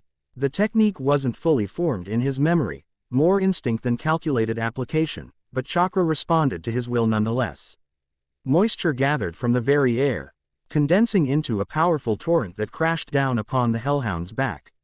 Steam exploded from the contact point as water met superheated hide, momentarily obscuring both monster and adventurer in a thick white cloud. Naruto landed behind the beast, immediately launching into a follow-up attack. A kunai, one of several he'd commissioned from a bewildered blacksmith who'd never forged such a design, flew from his hand with pinpoint accuracy, striking a crack in the creature's obsidian armor that his water technique had widened. The hellhound howled in pain, whirling to face him with renewed fury. Its jaws opened wide, a glow building in its throat that presaged its most dangerous attack. Fire breath imminent, Naruto recognized, his hands already forming countering seals. Wind style. Gale palm. The compressed air blast struck the hellhound's jaw from below just as flames began to erupt, forcing its head upward. Fire roared harmlessly into sky rather than toward the street and its remaining occupants. Taking advantage of the disrupted attack, Naruto closed distance rapidly, chakra concentrating around his right hand in a swirling paw. His muscles remembered perfectly while his mind supplied only fragments of context. The sphere of concentrated energy stabilized between his palm and fingers, rotating with increasing speed. Rasengan, he called, driving the technique directly into the exposed crack in the hellhound's armor. The effect was devastating. The spiraling chakra sphere bored through the weakened obsidian, penetrating to the creature's core. The hellhound convulsed once before its entire form shattered outward, obsidian fragments dissolving into ash that revealed an unusually large magic stone at its center. No time to celebrate the victory. 2 more hellhounds remained, though Naruto noted with approval that his clones had successfully cleared most civilians from their immediate vicinity. Guild officials had established a perimeter, and more adventurers had arrived to assist with containment. Among these newcomers, one figure commanded immediate attention. A slender elven woman with flowing green hair directed a mixed group of high-level adventurers with calm authority. Her ornate staff and elaborate magical robes marked her as a mage of exceptional rank, while the crest she wore identified her as Loki Familia's executive officer. Riveria Ljos Alf had entered the field. She caught sight of Naruto across the chaos of the street, her sharp elven eyes narrowing as she observed his solitary defeat of the Hellhound. No time for introductions. The remaining monsters coordinated their attacks with surprising intelligence, one engaging Riveria's forces directly while the other broke through he perimeter toward a previously unnoticed group of civilians sheltering in a partially collapsed building. Without communication or hesitation, Naruto and Riveria divided the response. The High Elf directed her adventurers against the nearest Hellhound while Naruto sprinted toward the civilian shelter, intercepting the second monster mere meters from its intended victims. This Hellhound, having witnessed its pack member's destruction, approached with greater caution. It circled Naruto warily, searching for weakness while staying beyond immediate striking range. The tactical adjustment SUG, stead intelligence exceeding typical monster behavior, another anomaly in an already unusual outbreak. Everyone moved toward the back exit. Naruto called to the sheltering civilians without taking his eyes off the Hellhound. My clone will guide you to safety. A duplicate materialized beside the shelter entrance, beckoning the frightened people toward an alternative escape route. The Hellhound's gaze flicked between Naruto and his clone, its predatory instincts clearly conflicted by the identical energy signatures. Taking advantage of this confusion, Naruto charged directly at the beast. Hellhound reacted with a gout of flame that Naruto avoided with a sideways leap, closing distance in a zigzag pattern that prevented accurate targeting. When the monster snapped massive jaws toward him, Naruto caught its muzzle with both hands, chakra reinforcing his muscles to match the creature's tremendous strength. For a moment, they strained against each other in a deadlock, the Hellhound's magma breath heating the air to nearly unbearable temperatures while Naruto's arms trembled with the effort of holding the monstrous jaws at bay. Fascinating technique, observed a melodious voice with subtle elven inflection. But perhaps you'd permit some assistance. Riveria Ljos Alf stood 20 paces away, her staff raised as she chanted an incantation in a language Naruto didn't recognize. Yet somehow understood at some fundamental level. Power gathered around her invisible currents of green and gold energy that coalesced at her staff's tip. Any time, Naruto grunted, maintaining his grip on the increasingly frantic Hellhound. Riveria completed her spell with a final phrase that resonated like crystal bells. Wind Fimbulveator. A concentrated blast of frigid air struck the Hellhound from behind, instantly cooling its superheated hide. Cracks spread across its obsidian armor as internal magma solidified, restricting the creature's movements. Naruto released his hold and leapt backward, watching as the monster's form grew increasingly brittle under the spell's continued effect. With a gesture of finality, Riveria closed her hand into a fist. The magical cold intensified, and the Hellhound shattered into countless frozen fragments that dissolved into monster dust, leaving only its magic stone intact on the cobblestones. Your timing is excellent, Naruto acknowledged, flexing his hands to restore circulation after the intense heat and strain. Riveria regarded him with cool assessment, her ageless elven features betraying only professional interest rather than the surprise or suspicion he'd anticipated. As is your combat capability, she replied. Few adventurers would engage a Hellhound in direct physical contact. A shout from across the street interrupted their exchange. The third Hellhound had been contained by Riveria's subordinates, though not without casualties. Several adventurers sported burns or lacerations that required immediate attention. We should continue this conversation another time, the High Elf decided, already moving toward her injured comrades. Your assistance was unexpected but appreciated. Wait, Naruto called after her. Lady Hesperides mentioned you might help with. Yes, I received her message this morning, Riveria interrupted, surprising him with this revelation. Your goddess is more resourceful than her modest standing suggests. Come to Twilight Manor tomorrow at midday. We'll discuss your unusual circumstances then. With that cryptic acknowledgement, she rejoined her familia members immediately, organizing healing and recovery efforts with practiced efficiency. Naruto watched her departing form with mixed emotions, satisfaction at securing the meeting Hesperides had suggested, but unease at discovering their interaction had been potentially orchestrated beforehand. Guild officials descended upon the scene, cataloging damages and collecting statements from involved parties. Naruto provided a deliberately understated account of his participation, emphasizing cooperative effort rather than his individual contributions. Despite this modesty, he noted several officials exchanging significant glances at his name and familia affiliation. Hearth familia, was it? One senior official confirmed, making a specific notation in his ledger. Not typically involved in emergency response. I was nearby, Naruto replied simply. Anyone would have helped. The official's expression suggested skepticism regarding this assessment, but he merely nodded and continued his documentation. The guild appreciates civilian assistance during unexpected incidents. However, monster containment officially falls under our jurisdiction with designated familia support. The mild rebuke carried bureaucratic disapproval rather than genuine censure. Orario's organizational structures preferred orderly processes even in crisis situations, a preference Naruto's spontaneous intervention had disrupted, regardless of its effectiveness. After collecting the magic stones from the hellhounds he'd defeated, guild regulations allocated spoils to the adventurers responsible for monster elimination. Naruto made his way back to Hearth Familia headquarters. The streets had largely emptied following the incident, civilians retreating to safety until guild all-clear notifications circulated. Hesperides waited his return in the small courtyard garden, her divine features composed but eyes revealing concern. She rose from her bench as he entered, scanning him for injuries despite his obvious unharmed state. The situation is contained, he reported before she could ask. 3 hellhounds, all defeated, no civilian casualties that I'm aware of. Relief softened her expression momentarily before being replaced by analytical focus. Hellhounds. On the surface, she shook her head, troubled. Monster outbreaks occur perhaps once or twice annually, and rarely involve creatures from below the upper floors. 3 hellhounds suggests deliberate action rather than random manifestation. Deliberate. You mean someone caused this? It's one possibility, she confirmed. Certain skills and magics can temporarily weaken the barriers between the dungeon and surface. The guild investigates such incidents thoroughly, as they typically indicate either malicious intent or dangerous experimentation. Naruto frowned, recalling the hellhounds' unusual coordination and tactical awareness.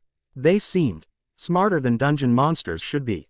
More coordinated. Hesperides' amber eyes sharpened with interest. That would support the theory of external influence. Controlled monsters would demonstrate behaviors beyond their natural capabilities. She studied him with renewed concern. Did anyone witness your more distinctive abilities? I used water and wind techniques, plus Rasengan and shadow clones, Naruto admitted. But the street was mostly clear of civilians by then, and the adventurers present were focused on their own battles. Except Riveria, Hesperides noted shrewdly. Did you speak with her? Briefly. She mentioned receiving your message and invited me to Twilight Manor tomorrow. He fixed the goddess with a questioning look. You arranged this before the outbreak. Hesperides smiled apologetically. I sent a messenger at first light, requesting her consultation regarding your unique circumstances. The timing of your actual meeting was fortuitously accelerated by events. Fortuitous for whom? Naruto asked, unable to keep a note of suspicion from his voice.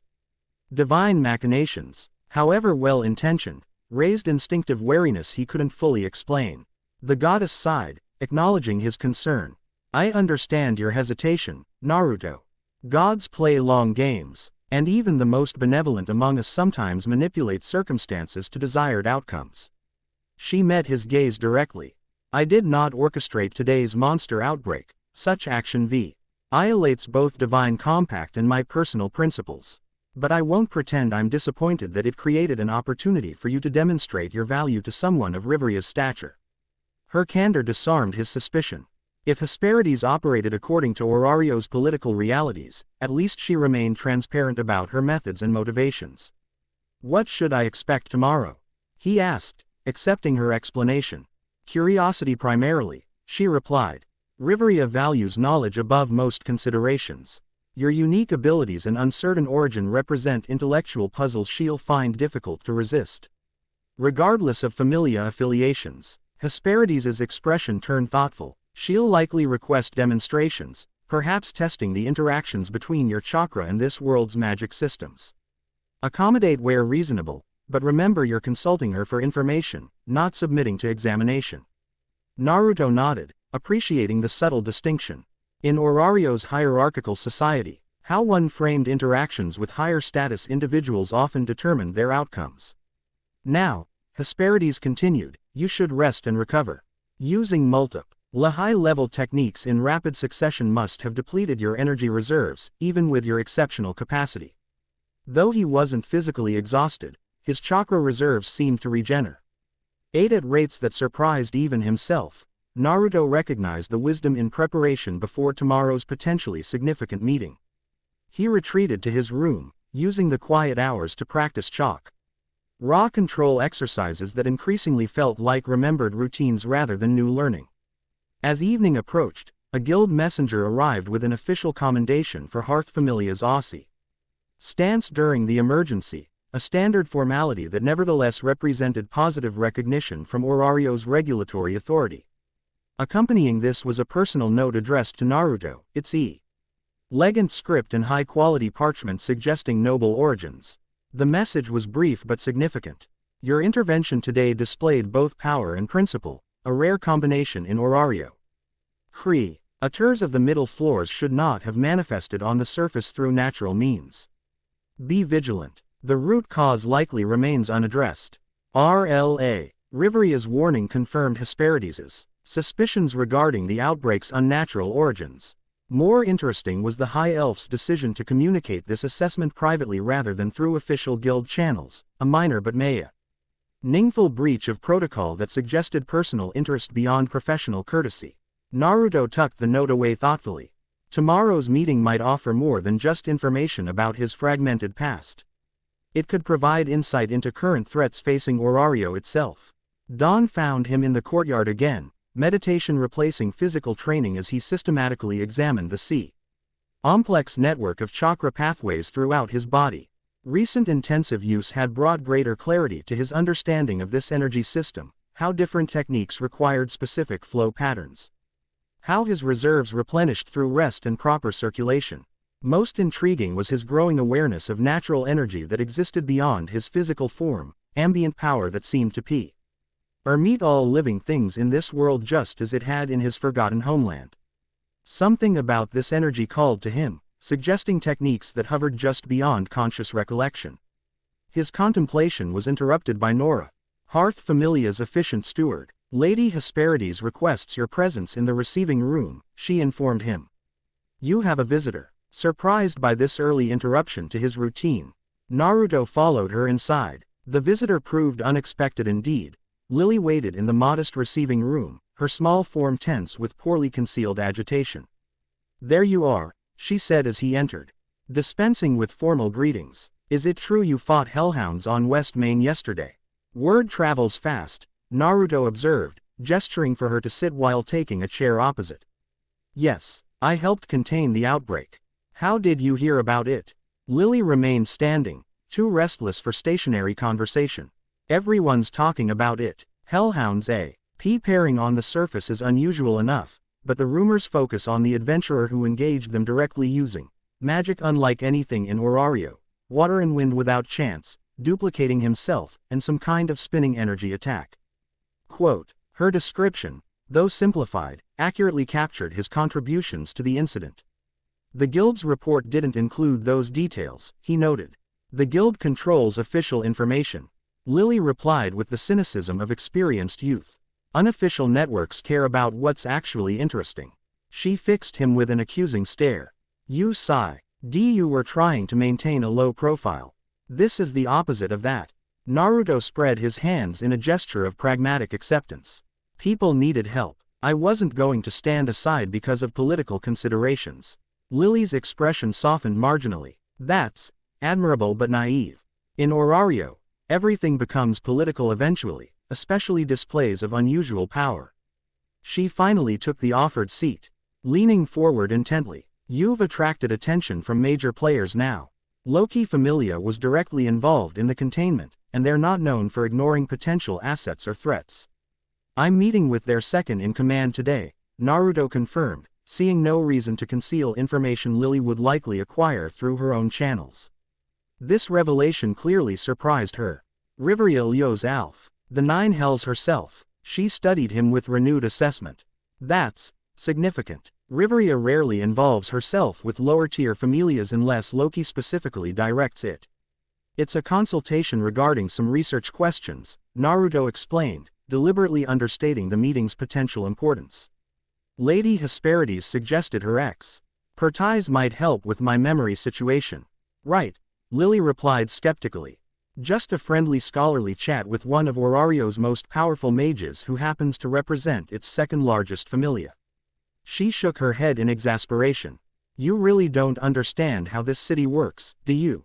Before Naruto could defend his approach, Hesperides entered the receiving room, her divine presence automatically drawing both mortals' attention. "Miss Lilyruka," she greeted warmly. "What a pleasant surprise. Have you come to request Naruto's services as an adventurer again?" Lily stood and bowed respectfully to the goddess. "Not specifically, Lady Hesperides. I came to inform him about the rumors circulating after yesterday's incident." "Most thoughtful," Hesperides acknowledged with a knowing smile. "True friends who share information rather than exploit it are rare treasures in our city." She turned to Naruto. "You should prepare for your appointment at Twilight Manor. First impressions with Riveria tend to establish enduring patterns." Taking this as dismissal, Naruto excused himself to change into more formal attire, a concession to Orario's social protocols that Hesperides had gently insisted upon. As he left, he heard Lily's voice, quieter but still clear to his enhanced senses. "Lady Hesperides, with respect, is it wise to send him into Loki Familia territory alone? Their reputation for acquiring valuable assets through any means necessary is well established." The goddess's response carried equal parts confidence and caution. "Our friend possesses capabilities beyond what most suspect, Miss Lilyruka. And Loki, for all her mischievous nature, observes certain boundaries with her fellow deities. Direct poaching would violate divine compact." "There's nothing direct about Loki's methods," Lily muttered, too quietly for normal hearing to detect. Naruto smiled slightly at the supporter's protective concern as he donned the formal tunic Hesperides had commissioned for official occasions, deep blue with subtle orange accents that honored his preferred colors while presenting a more dignified appearance than his combat attire. Twilight Manor, headquarters of Loki Familia, occupied prime territory in Orario's northwestern district. The massive compound resembled a small fortress more than a residence, its stone walls and multiple towers. Designed for both defense and display of the familia's considerable resources and status. Guards at the main gate examined Naruto's guild identification before confirming his appointment with typical professional detachment. "You're expected," the senior guard acknowledged. "Anakati will escort you to the research library." The promised guide, a young human woman with the confident bearing of a mid-level adventurer, appeared promptly. Her expression betraying curiosity despite her formal manner. "This way, please," she instructed, leading him through the imposing entrance hall into the manor's labyrinthine interior. Lady Riveria prefers the North Library for consultations with outside visitors. As they traversed long corridors decorated with trophies from countless dungeon expeditions, Naruto noted the systematic layout of the compound, defensible positions, clear sight lines, multiple access routes that could serve as both entry and escape paths. The architectural assessment came automatically, suggesting military training in his forgotten past. Loki Familia members watched his passage with varying degrees of interest or suspicion. Most wore the confidence of accomplished adventurers who had risen through Orario's unforgiving hierarchy through genuine merit rather than connection or circumstance. "Here we are," Anakati announced, stopping before an ornate doorway carved with intricate representations of ancient knowledge, scrolls, quills, and arcane symbols woven through with representations of Yggdrasil, the world tree of northern myth. "Lady Riveria awaits inside." The North Library proved impressive indeed, a circular chamber 2 stories tall, with bookshelves covering every available wall space. Balconies accessible by wrought iron spiral staircases allowed reach to upper shelves. While the room's center featured a cluster of study tables arranged beneath a massive skylight that bathed the space in natural illumination. Riveria Ljos Alf stood beside one such table, examining an ancient tome bound in materials Naruto couldn't identify. She wore formal robes different from her combat attire, deep forest green embroidered with silver patterns that seemed to shift subtly when viewed from different angles. Her long green hair was partially braided with silver threads, emphasizing her pointed elven ears and timeless features. She looked up as he entered, closing the tome with careful precision. Prompt, she observed, neither praise nor criticism coloring the statement. A quality I appreciate. Naruto bowed with respectful acknowledgement of her street status without the subservience lesser familia members might display. Thank you for agreeing to this consultation, Lady Riveria. The high elf studied him with penetrating assessment before gesturing to a chair opposite her own. Courtesy and confidence in appropriate measure, she noted. Your goddess prepares her children well for diplomatic engagement. As Naruto took the offered seat, Riveria dismissed Anakati with a subtle gesture. The door closed silently, leaving them alone among the library's impressive collection of knowledge. Let us dispense with unnecessary preliminaries, Riveria suggested, her melodious voice carrying the slight accent characteristic of high elves. I observed your combat techniques yesterday, applications of energy unlike any magic system documented in Orario. Lady Hesperides' message referenced memory difficulties and questions of origin. These elements, taken together, suggest a situation of considerable scholarly interest. Her directness matched Naruto's own preferred approach. I woke in Orario with no memories beyond my name, he confirmed. Yet my body remembers combat techniques, energy manipulation, and skills I can't consciously explain. And these techniques, you call them what? Jutsu, Naruto replied. The energy itself is chakra, apparently a combination of physical and spiritual energies that flow through specific pathways in the body. Riveria's elegant eyebrows rose slightly. Fascinating terminology. There are ancient elven texts that reference chakra as a concept, though not precisely as you describe it. She leaned forward, scholarly interest evident in her posture. This amnesia, it's complete regarding your origin. No fragmentary memories or impressions. Dreams, Naruto admitted. 9 beasts circling a massive tree. A 9-tailed fox named Kurama who calls me, Sage of 6 Paths. Battles involving powers beyond anything I've seen in Orario. At the mention of Sage of 6 Paths, Riveria's composed expression faltered momentarily, a micro-expression of recognition quickly controlled but not quickly enough to escape Naruto's notice. That title holds meaning to you, he observed. The high elf eyed him for a measured moment before responding. There are certain concepts that transcend individual mythologies, appearing across disparate cultures with remarkably consistent elements.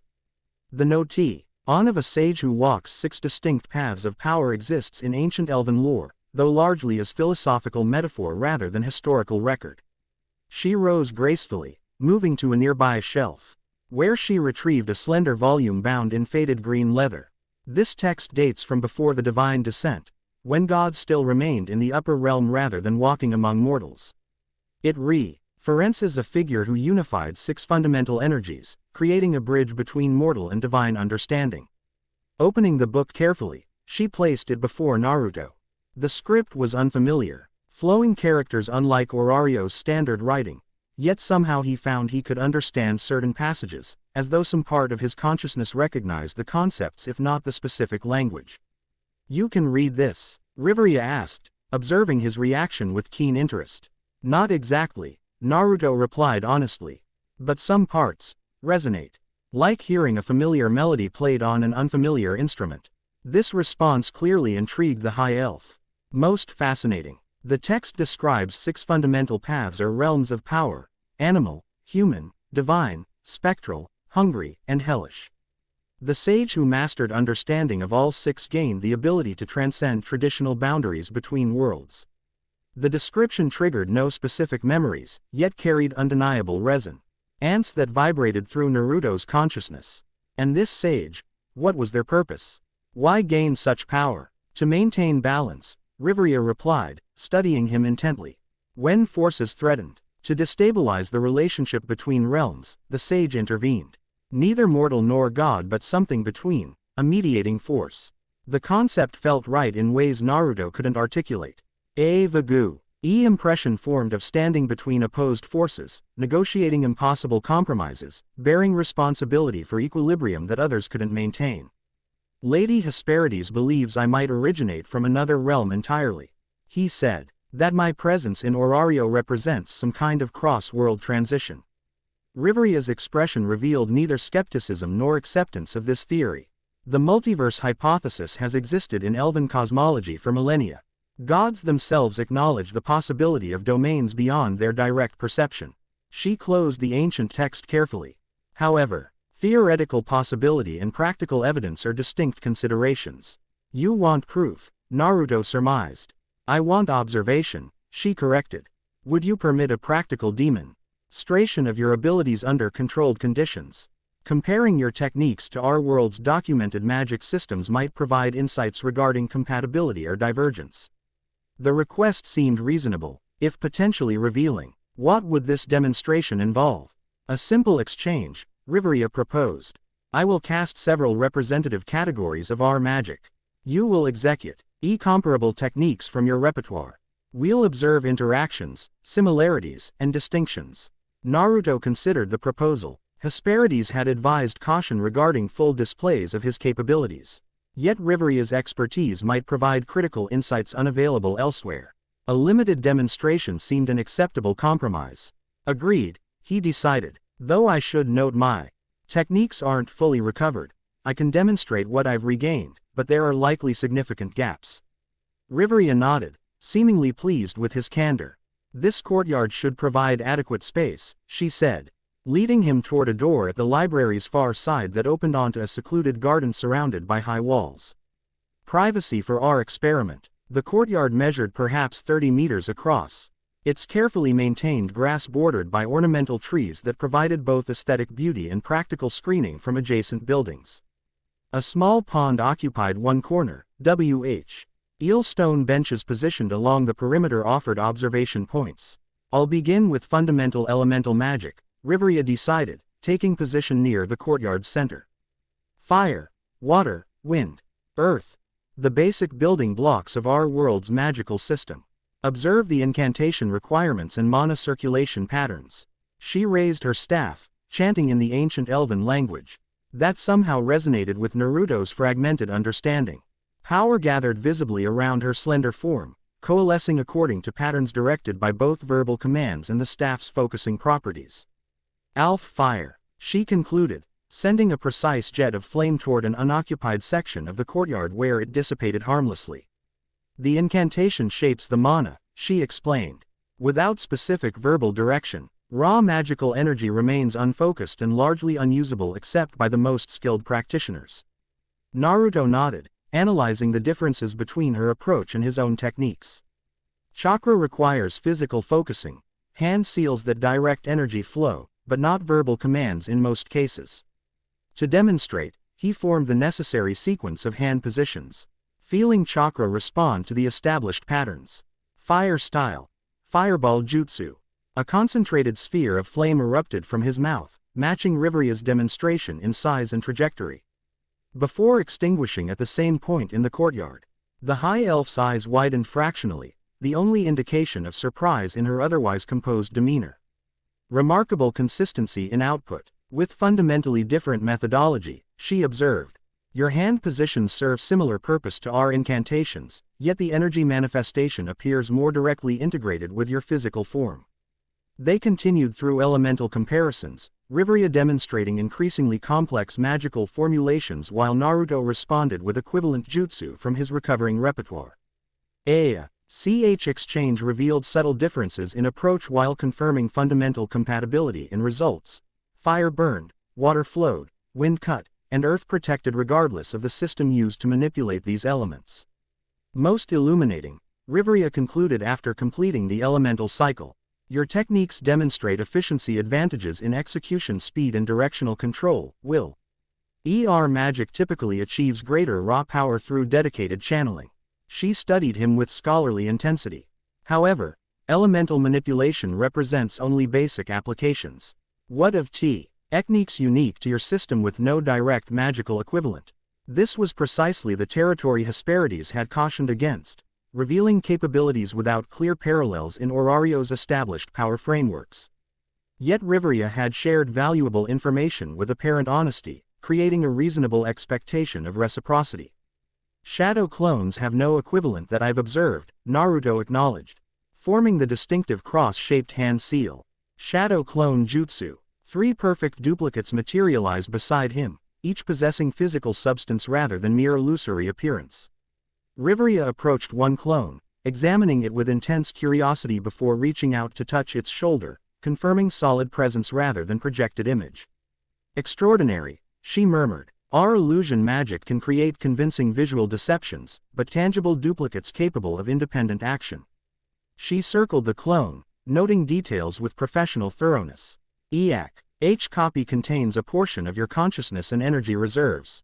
Yes, Naruto confirmed, impressed by her immediate grasp of the technique's fundamental principles. They can act independently but share experiences. When a clone disperses, its memories and knowledge return to the original. Understanding bloomed in Riveria's expression. A distributed consciousness paradigm, fascinating implications for information gathering and processing.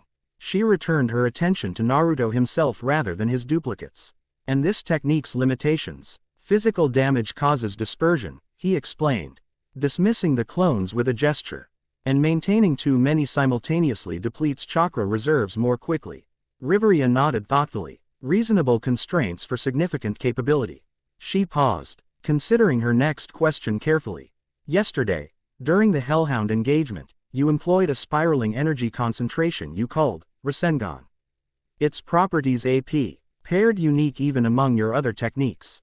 Her observation was accurate. The Rasengan felt fundamentally different from elemental jutsu, more personal, more connected to his core identity in ways he couldn't fully articulate.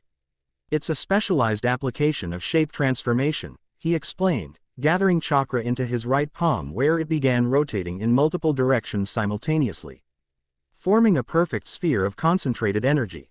No element, just pure chakra manipulated into self-sustaining spiral patterns. The completed Rasengan hummed with contained power, casting blue-white illumination across the courtyard. Riveria observed the technique with undisguised fascination, her mage's sensibilities clearly appreciating the precision and control required. May I? She began, then paused, reformulating her request. Would you permit me to examine the energy pattern more closely? My magic allows perception of mana structures. Naruto nodded, holding the technique stable as Riveria approached. The high elf raised her hand near the spinning sphere, careful not to make direct contact as she chanted a brief incantation. Her eyes glowed briefly with emerald light as her spell activated. Extraordinary complexity, she breathed, studying the Rasengan with enhanced magical perception. Multiple independent rotational vectors perfectly balanced against opposing forces. The energy maintains stability through continuous micro-corrections rather than fixed structure. She looked up from the technique to meet Naruto's eyes directly. This was not designed by ordinary minds. Its mathematical precision suggests either divine inspiration or generations of refinement. Her assessment triggered a flash of memory, a blonde man with similar features to Naruto's own, demonstrating the technique while explaining its development required years of concentrated effort. The image vanished before Naruto could grasp contextual details, leaving only the impression of deep personal connection. I think someone important taught me this technique, he said hesitantly, allowing the Rasengan to dissipate. Someone connected to my origin. Riveria stepped back, respecting the evident emotional significance. Personal techniques often carry lineage connections in magical traditions, she observed. This one speaks to exceptional heritage. Their exchange was interrupted by a sharp knock at the courtyard door. A moment later, Anakati entered with the slightly hurried movements of someone delivering urgent information. Lady Riveria, she said respectfully, Lady Loki requests your presence in the strategy room. Guild officials have arrived with information regarding yesterday's monster outbreak. The high elf's expression revealed mild irritation at the interruption, quickly controlled. Inform her I'll attend shortly, she instructed. As Anakati departed, Riveria turned back to Naruto with genuine regret. It seems our session must conclude earlier than I'd hoped. Guild investigations take priority, particularly given the irregular nature of yesterday's incident. I understand, Naruto replied, though disappointment edged his response. Their Ainge had begun revealing genuinely useful connections between his fragmented knowledge and this world's established systems. Riveria considered him for a measured moment. Our conversation has proven more illuminating than anticipated. I would continue our research at a later date, if you're amenable. She retrieved a small silver token from within her robes, offering it with formal precision. His grants you visitor access to Twilight Manor's public sections, including the North Library. Return when circumstances permit, and we'll resume our comparative analysis. The token represented significant privilege. Access to Loki Familia's headquarters exceeded normal courtesies extended to lesser Familia members. Naruto accepted it with appropriate gravity. Thank you for your insights, he said sincerely. The connections you've identified between chakra and this world's magic offer valuable context for my situation. Knowledge serves all who respect its pursuit, Riveria replied, the formal phrase carrying genuine conviction beneath its ritualistic structure. Until our next meeting, Naruto of Hearth Familia. Anakati reappeared to escort him from the compound, her earlier curio city now tempered with subtle reassessment. Word of his demonstration with Riveria had evidently circulated already through Twilight Manor's efficient information channels, elevating his perceived STA. Choose from curious anomaly to legitimate interest. As they traversed the main courtyard toward the exit gates, Naruto noticed significantly more attention from Loki Familia members than during his evaluative gazes that measured potential alliance value rather than dismissing a lesser Familia representative.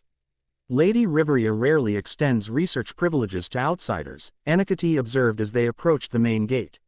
You must have shown her something quite remarkable. Naruto offered a noncommittal smile, neither confirming nor denying this assessment. The High Elf's knowledge is legendary. I'm grateful for her willingness to share it. The diplomatic response earned a knowing look from his escort. Safe return to Hearth Familia, Anakati said as they reached the gate. I suspect we'll see you again soon. Orario's streets bustled with midday activity as Naruto departed Loki Familia territory, merchants and adventurers moving purposefully between guild headquarters, commercial districts, and residential areas. He considered returning directly to Hearth Familia to report his meeting's outcome to Hesperides, but a familiar energy signature approaching from the Western Market District caught his attention. Lily hurried toward him, her small form weaving efficiently through the crowd with the practiced ease of someone accustomed to navigating spaces designed for larger individuals. Her supporters' pack was absent, suggesting she wasn't currently engaged in dungeon activities. There you are, she called, slightly breathless as she reached him. I've been looking everywhere. How did the meeting go? Are you still independent or has Loki Familia already started their recruitment pitch? Her concern, though framed in characteristically cynical terms, prompted a genuine smile. Still proudly Hearth Familia, he assured her. Though Riveria did invite me back to continue our research discussions. Lily's eyes widened. She offered you return privileges. That's unprecedented for your Familia level. She studied him with renewed curiosity. What exactly did you show her? Comparative analysis of chakra techniques versus magical systems, Naruto replied, deliberately understating the exchange's significance. Scholarly interest, primarily. Right, Lily scoffed. The Nine Hells is renowned for her purely academic pursuits with no strategic considerations whatsoever. She shook her head in exasperation. You really don't understand how these major familias operate, do you? Everything is acquisition and advantage with them. Speaking from personal experience, Naruto inquired gently, noting the genuine emotion beneath her cynicism. Lily's expression darkened momentarily before she mastered it. Let's just say there's a reason most orders remain unaligned or join minor familias. The major powers see us as resources, not individuals. She shook her head, dismissing the subject. Anyway, that's not why I was looking for you. There's something you should see. What kind of something? The kind best observed directly rather than explained, she replied cryptically. It's in the Eastern Commercial District. Not far, but we should hurry before the crowd disperses. Curious despite the vague description, Naruto followed as Lily led him through increasingly crowded streets toward what appeared to be some kind of public gathering. Adventurers and civilians alike congregated around a temporary platform where attendants in matching livery arranged decorative displays featuring a familiar emblem. Freya Familia, Naruto identified, recognizing the distinctive goddess and moon symbol from his unexpected encounter with the deity herself. Yes, Lily confirmed grimly. They're holding one of their evaluation exhibitions. Supposedly recruitment opportunities, but really just excuses to display power and humiliate potential rivals. The crowd parted reluctantly as they approached, Lily's small stature requiring Naruto's assistance to secure a viewpoint. From their position near the platform's edge, they observed as several high-ranking Freya Familia members took positions around the stage perimeter, intimidating figures whose power radiated visibly in Naruto's enhanced perception. "Ladies and gentlemen of Orario," announced a striking woman with silver hair several shades darker than Freya's own. "Freya Family welcomes those who aspire to greatness. Today's exhibition offers opportunity to demonstrate your worth before the goddess of beauty herself." On cue, murmurs rippled through the crowd as Freya emerged from an ornate sedan chair positioned at the platform's rear. The goddess's appearance drew instinctive admiration, her perfect features and flowing silver-white hair creating an impression of beauty beyond mortal constraint. Her silver eyes surveyed the gathered spectators with benevolent condescension before settling, with precise intentionality, directly on Naruto. The connection lasted only moments before continuing its casual scan, but the recognition was unmistakable. "She knows you're here," Lily whispered, having caught the exchange. "That's concerning." Before Naruto could respond, the silver-haired announcer continued. "Today's challenge tests both strength and skill. Candidates will face Freya Familia opponents in regulated combat. Those who impress may receive the ultimate honor, Lady Freya's personal invitation to join our illustrious Familia." 4 massive warriors ascended the platform, members of Freya Familia whose appearances suggested diverse racial backgrounds but shared the confident bearing of experienced combatants. These would serve as the challengers against hopeful recruits selected from the crowd. "Now, who among you wishes to demonstrate their worth?" the announcer called, sparking immediate response from numerous adventurers eager for recognition from Orario's most prestigious goddess. What followed was a carefully choreographed display of Freya Familia's superiority. Each volunteer faced overwhelming defeat, though the matches were managed to avoid serious injury while maximizing public spectacle. The pattern became clear. Allow candidates enough success to demonstrate their capabilities before decisively establishing Freya Familia's dominance. This is their standard approach, Lily explained quietly. They identify promising talent, assess capabilities through public challenge, then offer recruitment to those who meet their standards while humbling the rest. "Why show me this?" Naruto asked, already suspecting the answer. Lily's expression confirmed his intuition. "Because you're being evaluated," she replied bluntly. "Notice how each challenger displays different combat styles. They're establishing benchmarks against which to measure specific targets." Her assessment proved accurate. The exhibition's pattern had emerged clearly. Each Freya Familia champion demonstrated mastery of particular combat approaches, creating a comprehensive display of the Familia's tactical versatility. "The real question," Lily continued, "is whether today's exhibition exists specifically for your observation, or if you're just one of several potential recruits they're assessing."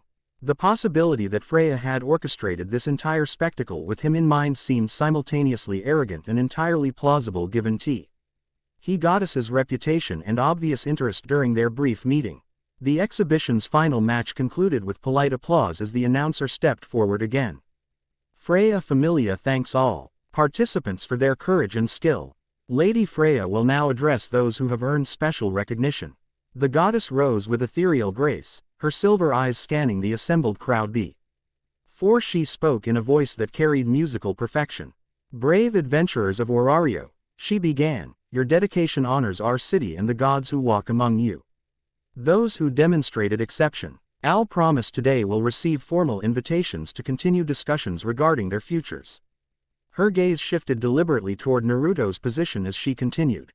"However, true potential sometimes requires specialized evaluation beyond today's standard assessments. A subtle smile curved her perfect lips. For those rare individuals whose capabilities transcend conventional understanding, I offer personal consultation regarding their unique circumstances. The statement, though addressed to the general audience, carried unmistakable specific intent. Freya's silver eyes held Naruto's for a meaningful moment before she concluded her address with generic platitudes about Orario's adventuring community. That was directed at you, Lily stated unnecessarily as the crowd began dispersing. Publicly, if subtly, marking interest, Naruto watched as Freya's attendants escorted the goddess back to her ornate sedan. A recruitment offer. More than that, Lily replied grimly. Freya doesn't simply recruit, she acquires what fascinates her. If she's declared interest this publicly, she's signaling both intent and confidence. She glanced at him with genuine concern. What happened during your meeting with her? Most adventurers never even glimpse her in person, let alone receive direct attention. She visited Hearth Familia headquarters shortly after I joined, Naruto explained. Seeing no reason to conceal information Lily could likely verify through other sources. Said something about seeing unusual colors in my soul. Lily's expression shifted from concern to alarm. She used her soul sight on you. That's significant. Freya's special ability allows her to perceive mortals' essential nature. If she saw something unusual in yours, it doesn't matter what she saw, Naruto stated firmly. I'm Hearth Familia by choice, not circumstance. His supporter friend studied him with surprising intensity. Loyalty is admirable, but understand the forces involved here. Freya doesn't accept rejection gracefully. If she's decided to pursue you, she'll employ increasingly direct methods until she succeeds. The warning carried conviction born from Orario's RSH realities rather than abstract speculation. Lily clearly understood the power dynamics that governed the city's social structure, particularly regarding divine interests and interventions. I appreciate the warning, Naruto acknowledged sincerely. Showing me this exhibition helps prepare for whatever comes next. Lily's expression suggested she considered his response inadequately concerned, but she merely sighed in resignation. Just be careful. Freya's attention is a double-edged sword. It elevates your status while simultaneously painting a target on your back. They parted ways at the district boundary. Lily heading toward Daedalus Street while Naruto turned west toward Hearth Familia headquarters. The afternoon sun cast long shadows across Orario's varied architecture as he considered the implications of Freya's public acknowledgement. Whatever the goddess had perceived in his soul clearly fascinated her beyond casual interest. Combined with Riveria's scholarly recognition of concepts associated with the Sage of Six Paths, these developments suggested his presence in Orario carried significance beyond personal circumstance. Hesperides awaited his return in the small garden where they'd spoken that morning, a full cycle of the sun returning him to his starting point with considerably more information and equally more questions. You've had an eventful day, the Arth goddess observed as he joined her beside the ancient oak. Riveria's knowledge proved useful. She recognized the title, Sage of Six Paths, from ancient elven texts, Naruto confirmed. Something about unifying six realms of power and maintaining balance between worlds.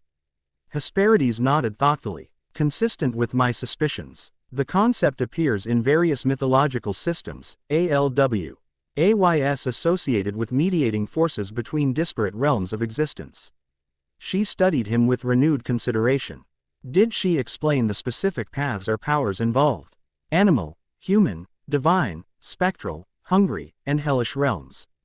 Naruto recited, the classification system resonating with fragmentary impressions from his dreams. The sage who mastered all six could transcend traditional boundaries between worlds. Fascinating correlation with your abilities, Hesperides noted. Your techniques already demonstrate mastery beyond conventional mortal limitations, yet remain distinct from divine authorities. Before they could explore these connections further, Elias, Hearth Familia's taciturn warrior, approached from the house, his normally impassive features showing unusual concern. Lady Hesperides, he said with formal respect, a guild messenger has arrived with an urgent summons. All Familia representatives are requested at headquarters immediately. The goddess's expression sharpened with concern. Did they specify the nature of this summons? Only that it concerns yesterday's monster outbreak and affects all familias currently active in Orario, Elias replied. Hesperides rose immediately. Then we must respond promptly. Naruto, as our most combat-capable member, you'll accompany me. Elias, inform Nora and Marin to maintain readiness here until our return. Guild headquarters bustled with unprecedented activity when they arrived 30 minutes later. Representatives from virtually every familia in Orario crowded the main hall, creating a kaleidoscope of emblems, armor styles, and racial diversity rarely seen in one location. Roald, the guild's imposing director, stood upon a raised platform at the hall's center, flanked by senior officials and Reaper Essentatives from Orario's three most powerful familias, Loki, Freya, and Ganesha. The assembly radiated tension, conversations conducted in hushed tones that nonetheless created a persistent murmur throughout the massive space. Hesperides guided Naruto toward a section where minor familia representatives had gathered, nodding in acknowledgement to several fellow deities of similar standing. Their expressions reflected varying degrees of concern, confusion, or calculated assessment as they awaited official explanation for this unusual summons. Unprecedented, murmured a slender goddess with tomb-colored hair who introduced herself as Mayak. The guild rarely convenes all familias simultaneously unless circumstances affect the entire city. Yesterday's monster outbreak seemed contained relatively quickly, Hesperides observed, unless there were additional incidents unreported to the general public. Miacha's expression confirmed this speculation. 3 separate manifestations OCCU, RRED across Orario within hours of each other. The West Main incident received most attention due to its location, but similar emergencies arose in the eastern and southern districts. This revelatio explained the guild's heightened response. Multiple simultaneous outbreaks suggested coordinated action rather than random occurrence, a concerning pattern that indicated deliberate destabilization attempts. Roald's commanding voice cut through the ambient conversation, bringing immediate silence to the assembled representatives. Thank you all for responding promptly to this emergency summons. The guild appreciates your cooperation during this unprecedented situation. He gestured to a large map of Orario displayed behind him, where red markers indicated multiple locations across the city. As many of you are aware, yesterday witnessed monster manifestations at 3 separate locations within our walls. Guild investigation confirms these were not random occurrences but coordinated CKS employing specialized magic to temporarily weaken barriers between the dungeon and surface. Murmurs rippled through the assembly at this confirmation of sabotage rather than natural phenomenon. Roald raised a hand for continued attention. More concerning, preliminary analysis indicates these manifestations represented only test cases for a larger-scale operation. Evidence recovered from outbreak sites suggests preparation for citywide monster emergence, a catastrophic scenario that would overwhelm even our combined response capabilities. The hall erupted in alarmed conversations, until Roald's authoritative voice cut through once more. The guild has implemented immediate countermeasures, including enhanced magical barriers around known weak points and increased patrols throughout all districts. However, permanent resolution requires identifying and neutralizing the responsible parties. Here he turned toward the representatives from Orario's major familias. Loki, Freya, and Ganesha familias have agreed to coordinate investigation efforts with guild oversight. All other familias are requested to report suspicious activities, unusual magic signatures, or unexplained monster sightings directly to designated guild officials. A dwarf representative from a mid-tier familia called out from the crowd. What about dungeon operations? Are expeditions suspended during this emergency? Routine exploration continues, Roald clarified. However, all familias must register expedition plans in advance and maintain regular communication checkpoints. Unknown forces are manipulating dungeon energies. We must maintain vigilance both above and below ground.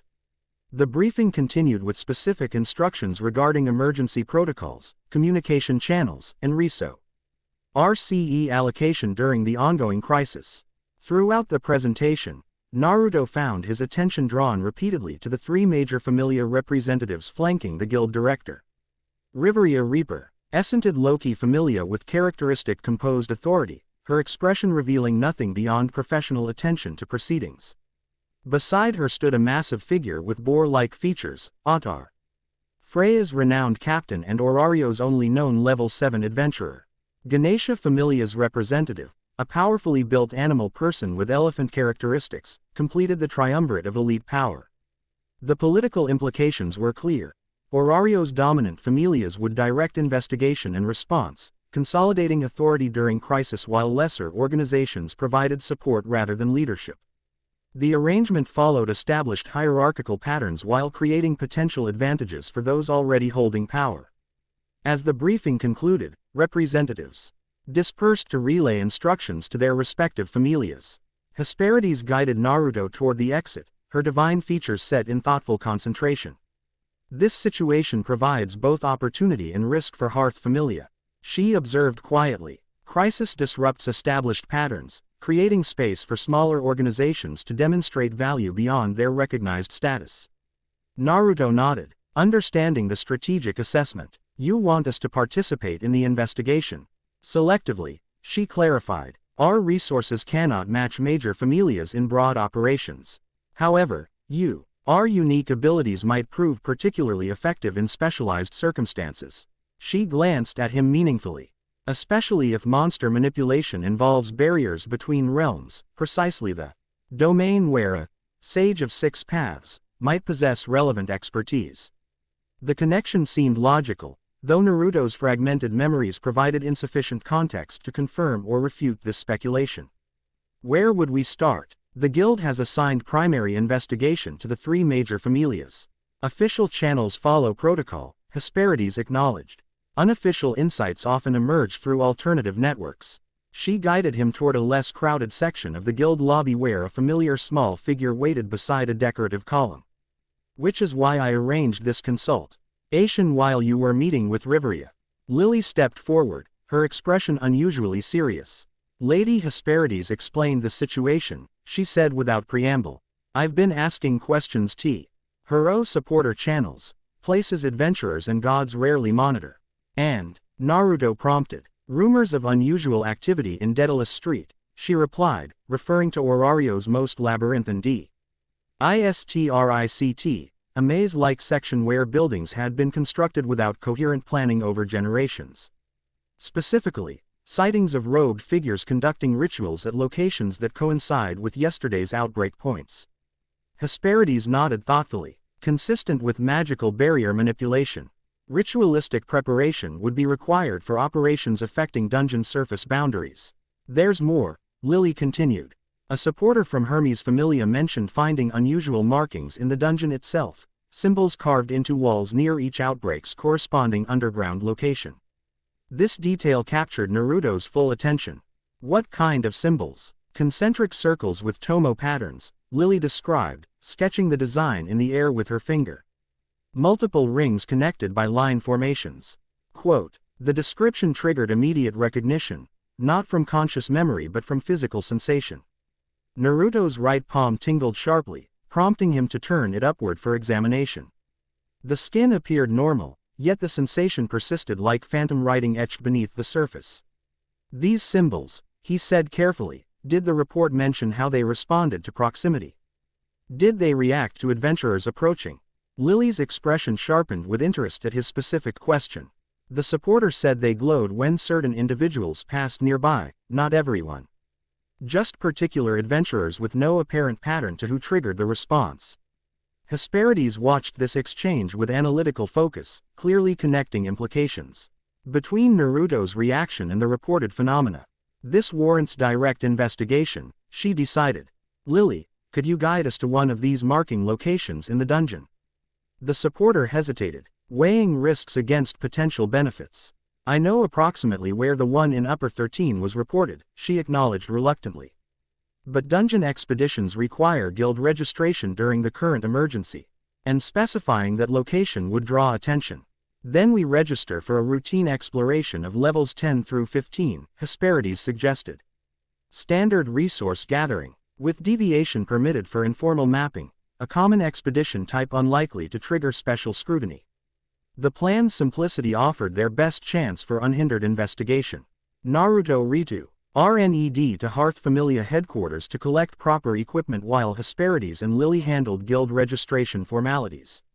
By early evening, preparations were complete for their expedition the following morning. As Naruto performed final equipment checks in his room, a soft knock at his door announced Hesperides' presence. The goddess entered with uncharacteristic hesitation, carrying a small wooden box of obvious antiquity.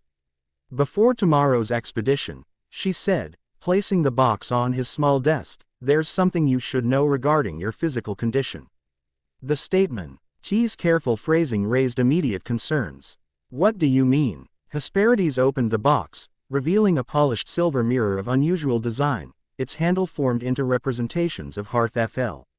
Aims while the reflective surface itself bore subtle engravings around its perimeter. "This is Heimdall's eye," she explained.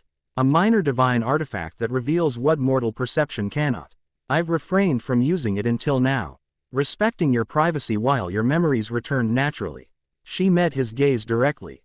"However, tomorrow's investigation may involve direct interaction with symbols potentially connected to your origin. Understanding your current condition seems prudent before such engagement." The logic was sound, if somewhat concerning in its implications. "What exactly does it reveal?" "Energy patterns not visible to conventional sight," Hesperides replied, "including divine blessings, magical enhancements, and seals." The emphasis on this last category suggested specific relevance to his situation. Naruto nodded consent, recognizing the practical necessity despite instinctive wariness regarding divine tools. Hesperides raised the mirror, angling its reflective surface toward him while chanting softly in the ancient language of gods. The silver surface shimmered momentarily before revealing not his normal reflection but a luminous representation of energy patterns throughout his body. Complex networks of blue-white light traced the chakra pathways he'd come to recognize through internal sensing, confirming his own perception while adding visual dimension. Overlaying these channels, a softer golden glow represented Hesperides' fauna blessing, centered between his shoulder blades but extending tendrils throughout his system. Most striking, however, were elements he hadn't perceived through personal awareness: 9 distinct nodes of colored energy distributed throughout his torso in a precise circular pattern. Each node pulsed with unique chromatic signature and rhythmic pattern, as though maintaining independent existence within his larger energy system. "The 9 beasts from your dreams," Hesperides observed quietly. "Their essence appears physically integrated within your chakra network, though currently dormant or sealed." This revelation aligned with fragmented impressions from Naruto's recurring visions, connections to 9 distinct entities that existed simultaneously within and beyond his personal consciousness. Even more remarkable was the design visible on his right palm, concentric circles surrounding a central point, connected by line formations exactly matching Lily's description of the symbols reported in the dungeon. This marking pulsed with energy distinct from both his chakra and Hesperides' blessing, ANC. And power that seemed to exist in its own category. "The sage's mark," Naruto whispered, the identification rising from somewhere deeper than conscious memory. "It matches the reported dungeon symbols," Hesperides confirmed, lowering the mirror as its silver surface returned to normal reflection. "This connection cannot be coincidental. Whatever forces manipulate boundaries between dungeon and surface appear directly related to your origin."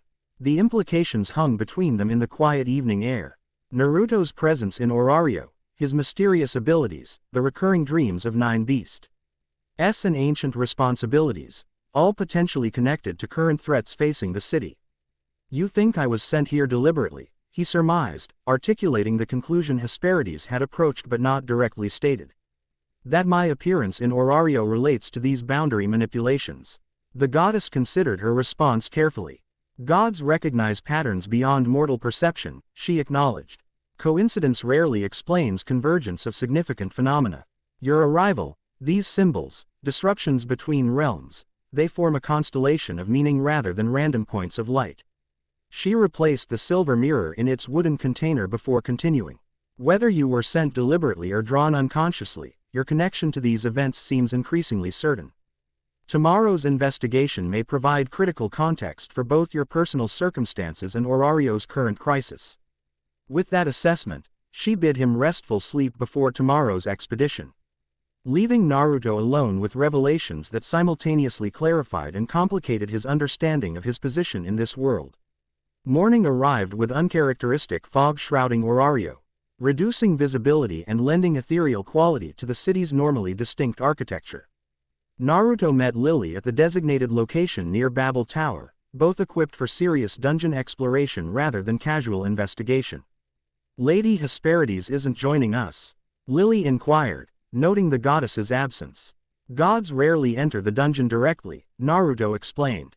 "Their divine aura disrupts natural patterns and potentially attracts unwanted attention from both monsters and other deities." This explanation, provided by Hesperides herself during their planning session, read practical limitations on divine intervention within the dungeon's semi-autonomous ecosystem. While gods could enter the labyrinth if necessary, most restricted their direct involvement to surface operations, allowing mortal children to serve as their representatives below. Guild officials processed their expedition documentation efficiently, noting Hearth Familia's registered purpose as Riso. Urs gathering with cartography supplements, a common designation that prompted minimal scrutiny. Lily's presence as contracted supporter rather than Familia member raised no concerns, as independent professionals commonly supplemented smaller Familia expeditions. "Remember, mandatory status reports every 3 hours, the processing official reminded them. Emergency conditions remain in effect for all dungeon operations. They acknowledge the requirement before proceeding through Babel Tower's massive entrance and beginning their descent into the dungeon proper. Upper floors proved busier than normal, populated by adventurers from multiple familias conducting both routine resource gathering and what appeared to be surveillance disguised as standard exploration. Major familias monitoring for additional anomalies. Lily observed quietly as they passed a Ganesha Familia patrol on the 5th floor. "Notice how they're examining wall sections rather than hunting monsters. Their check, king for magical disruptions are new symbol appearances." Her assessment matched Naruto's observations. Throughout their descent, they encountered similar patrols from Orario's dominant organizations, each maintaining the pretense of normal operations while clearly executing coordinated investigation protocols. By the 10th floor, traffic thinned considerably as they entered the dungeon's middle levels. Monster varieties grew more dangerous, requiring greater focus on immediate surroundings rather than broader observation. Naruto dispatched these threats efficiently, employing conventional MBAT techniques supplemented by modest chakra enhancement that wouldn't attract undue attention from distant observers. "We should approach the 13th floor from the western passage," Lily Suggas Ted as they completed a rest period on level 12. The reported symbol location is near the junction of 3 major corridors, a natural congregation point for both monsters and adventurers. Naruto nodded agreement, appreciating Lily's extensive knowledge of dungeon geography. As a professional supporter who worked with multiple familias, she possessed comprehensive understanding of layout patterns, monster behaviors, and optimal navigation routes that exceeded many adventurers' specialized knowledge. They proceeded cautiously, Naruto extending his sensory awareness to detect energy signatures beyond visual range. The dungeon's ambient energy created background interference that complicated precise detection, but significant disruptions or concentrations remained discernible to his enhanced perception. "There's something ahead," he warned as they approached the reported location. "Not monster energy, more structured, artificial. Like a constructed pattern rather than natural formation." Lily nodded grimly. "That matches the supporter's description." She said it felt wrong, compared to normal dungeon energies, like something imposed rather than grown. The corridor widened into a junction chamber where 3 major passages converged. Unlike most dungeon architecture, which favored organic curves and irregular dimensions, this space displayed unusual geometric precision. Perfect circular floor plan with evenly spaced passages at 120-degree intervals. "This isn't natural dungeon formation," Lily observed, her experienced eye immediately recognizing the anomaly. "These connection chambers typically form irregular polygons with asymmetric passage arrangements." The end. I hope you enjoyed this episode. Remember to subscribe and like this video. See you in the next video.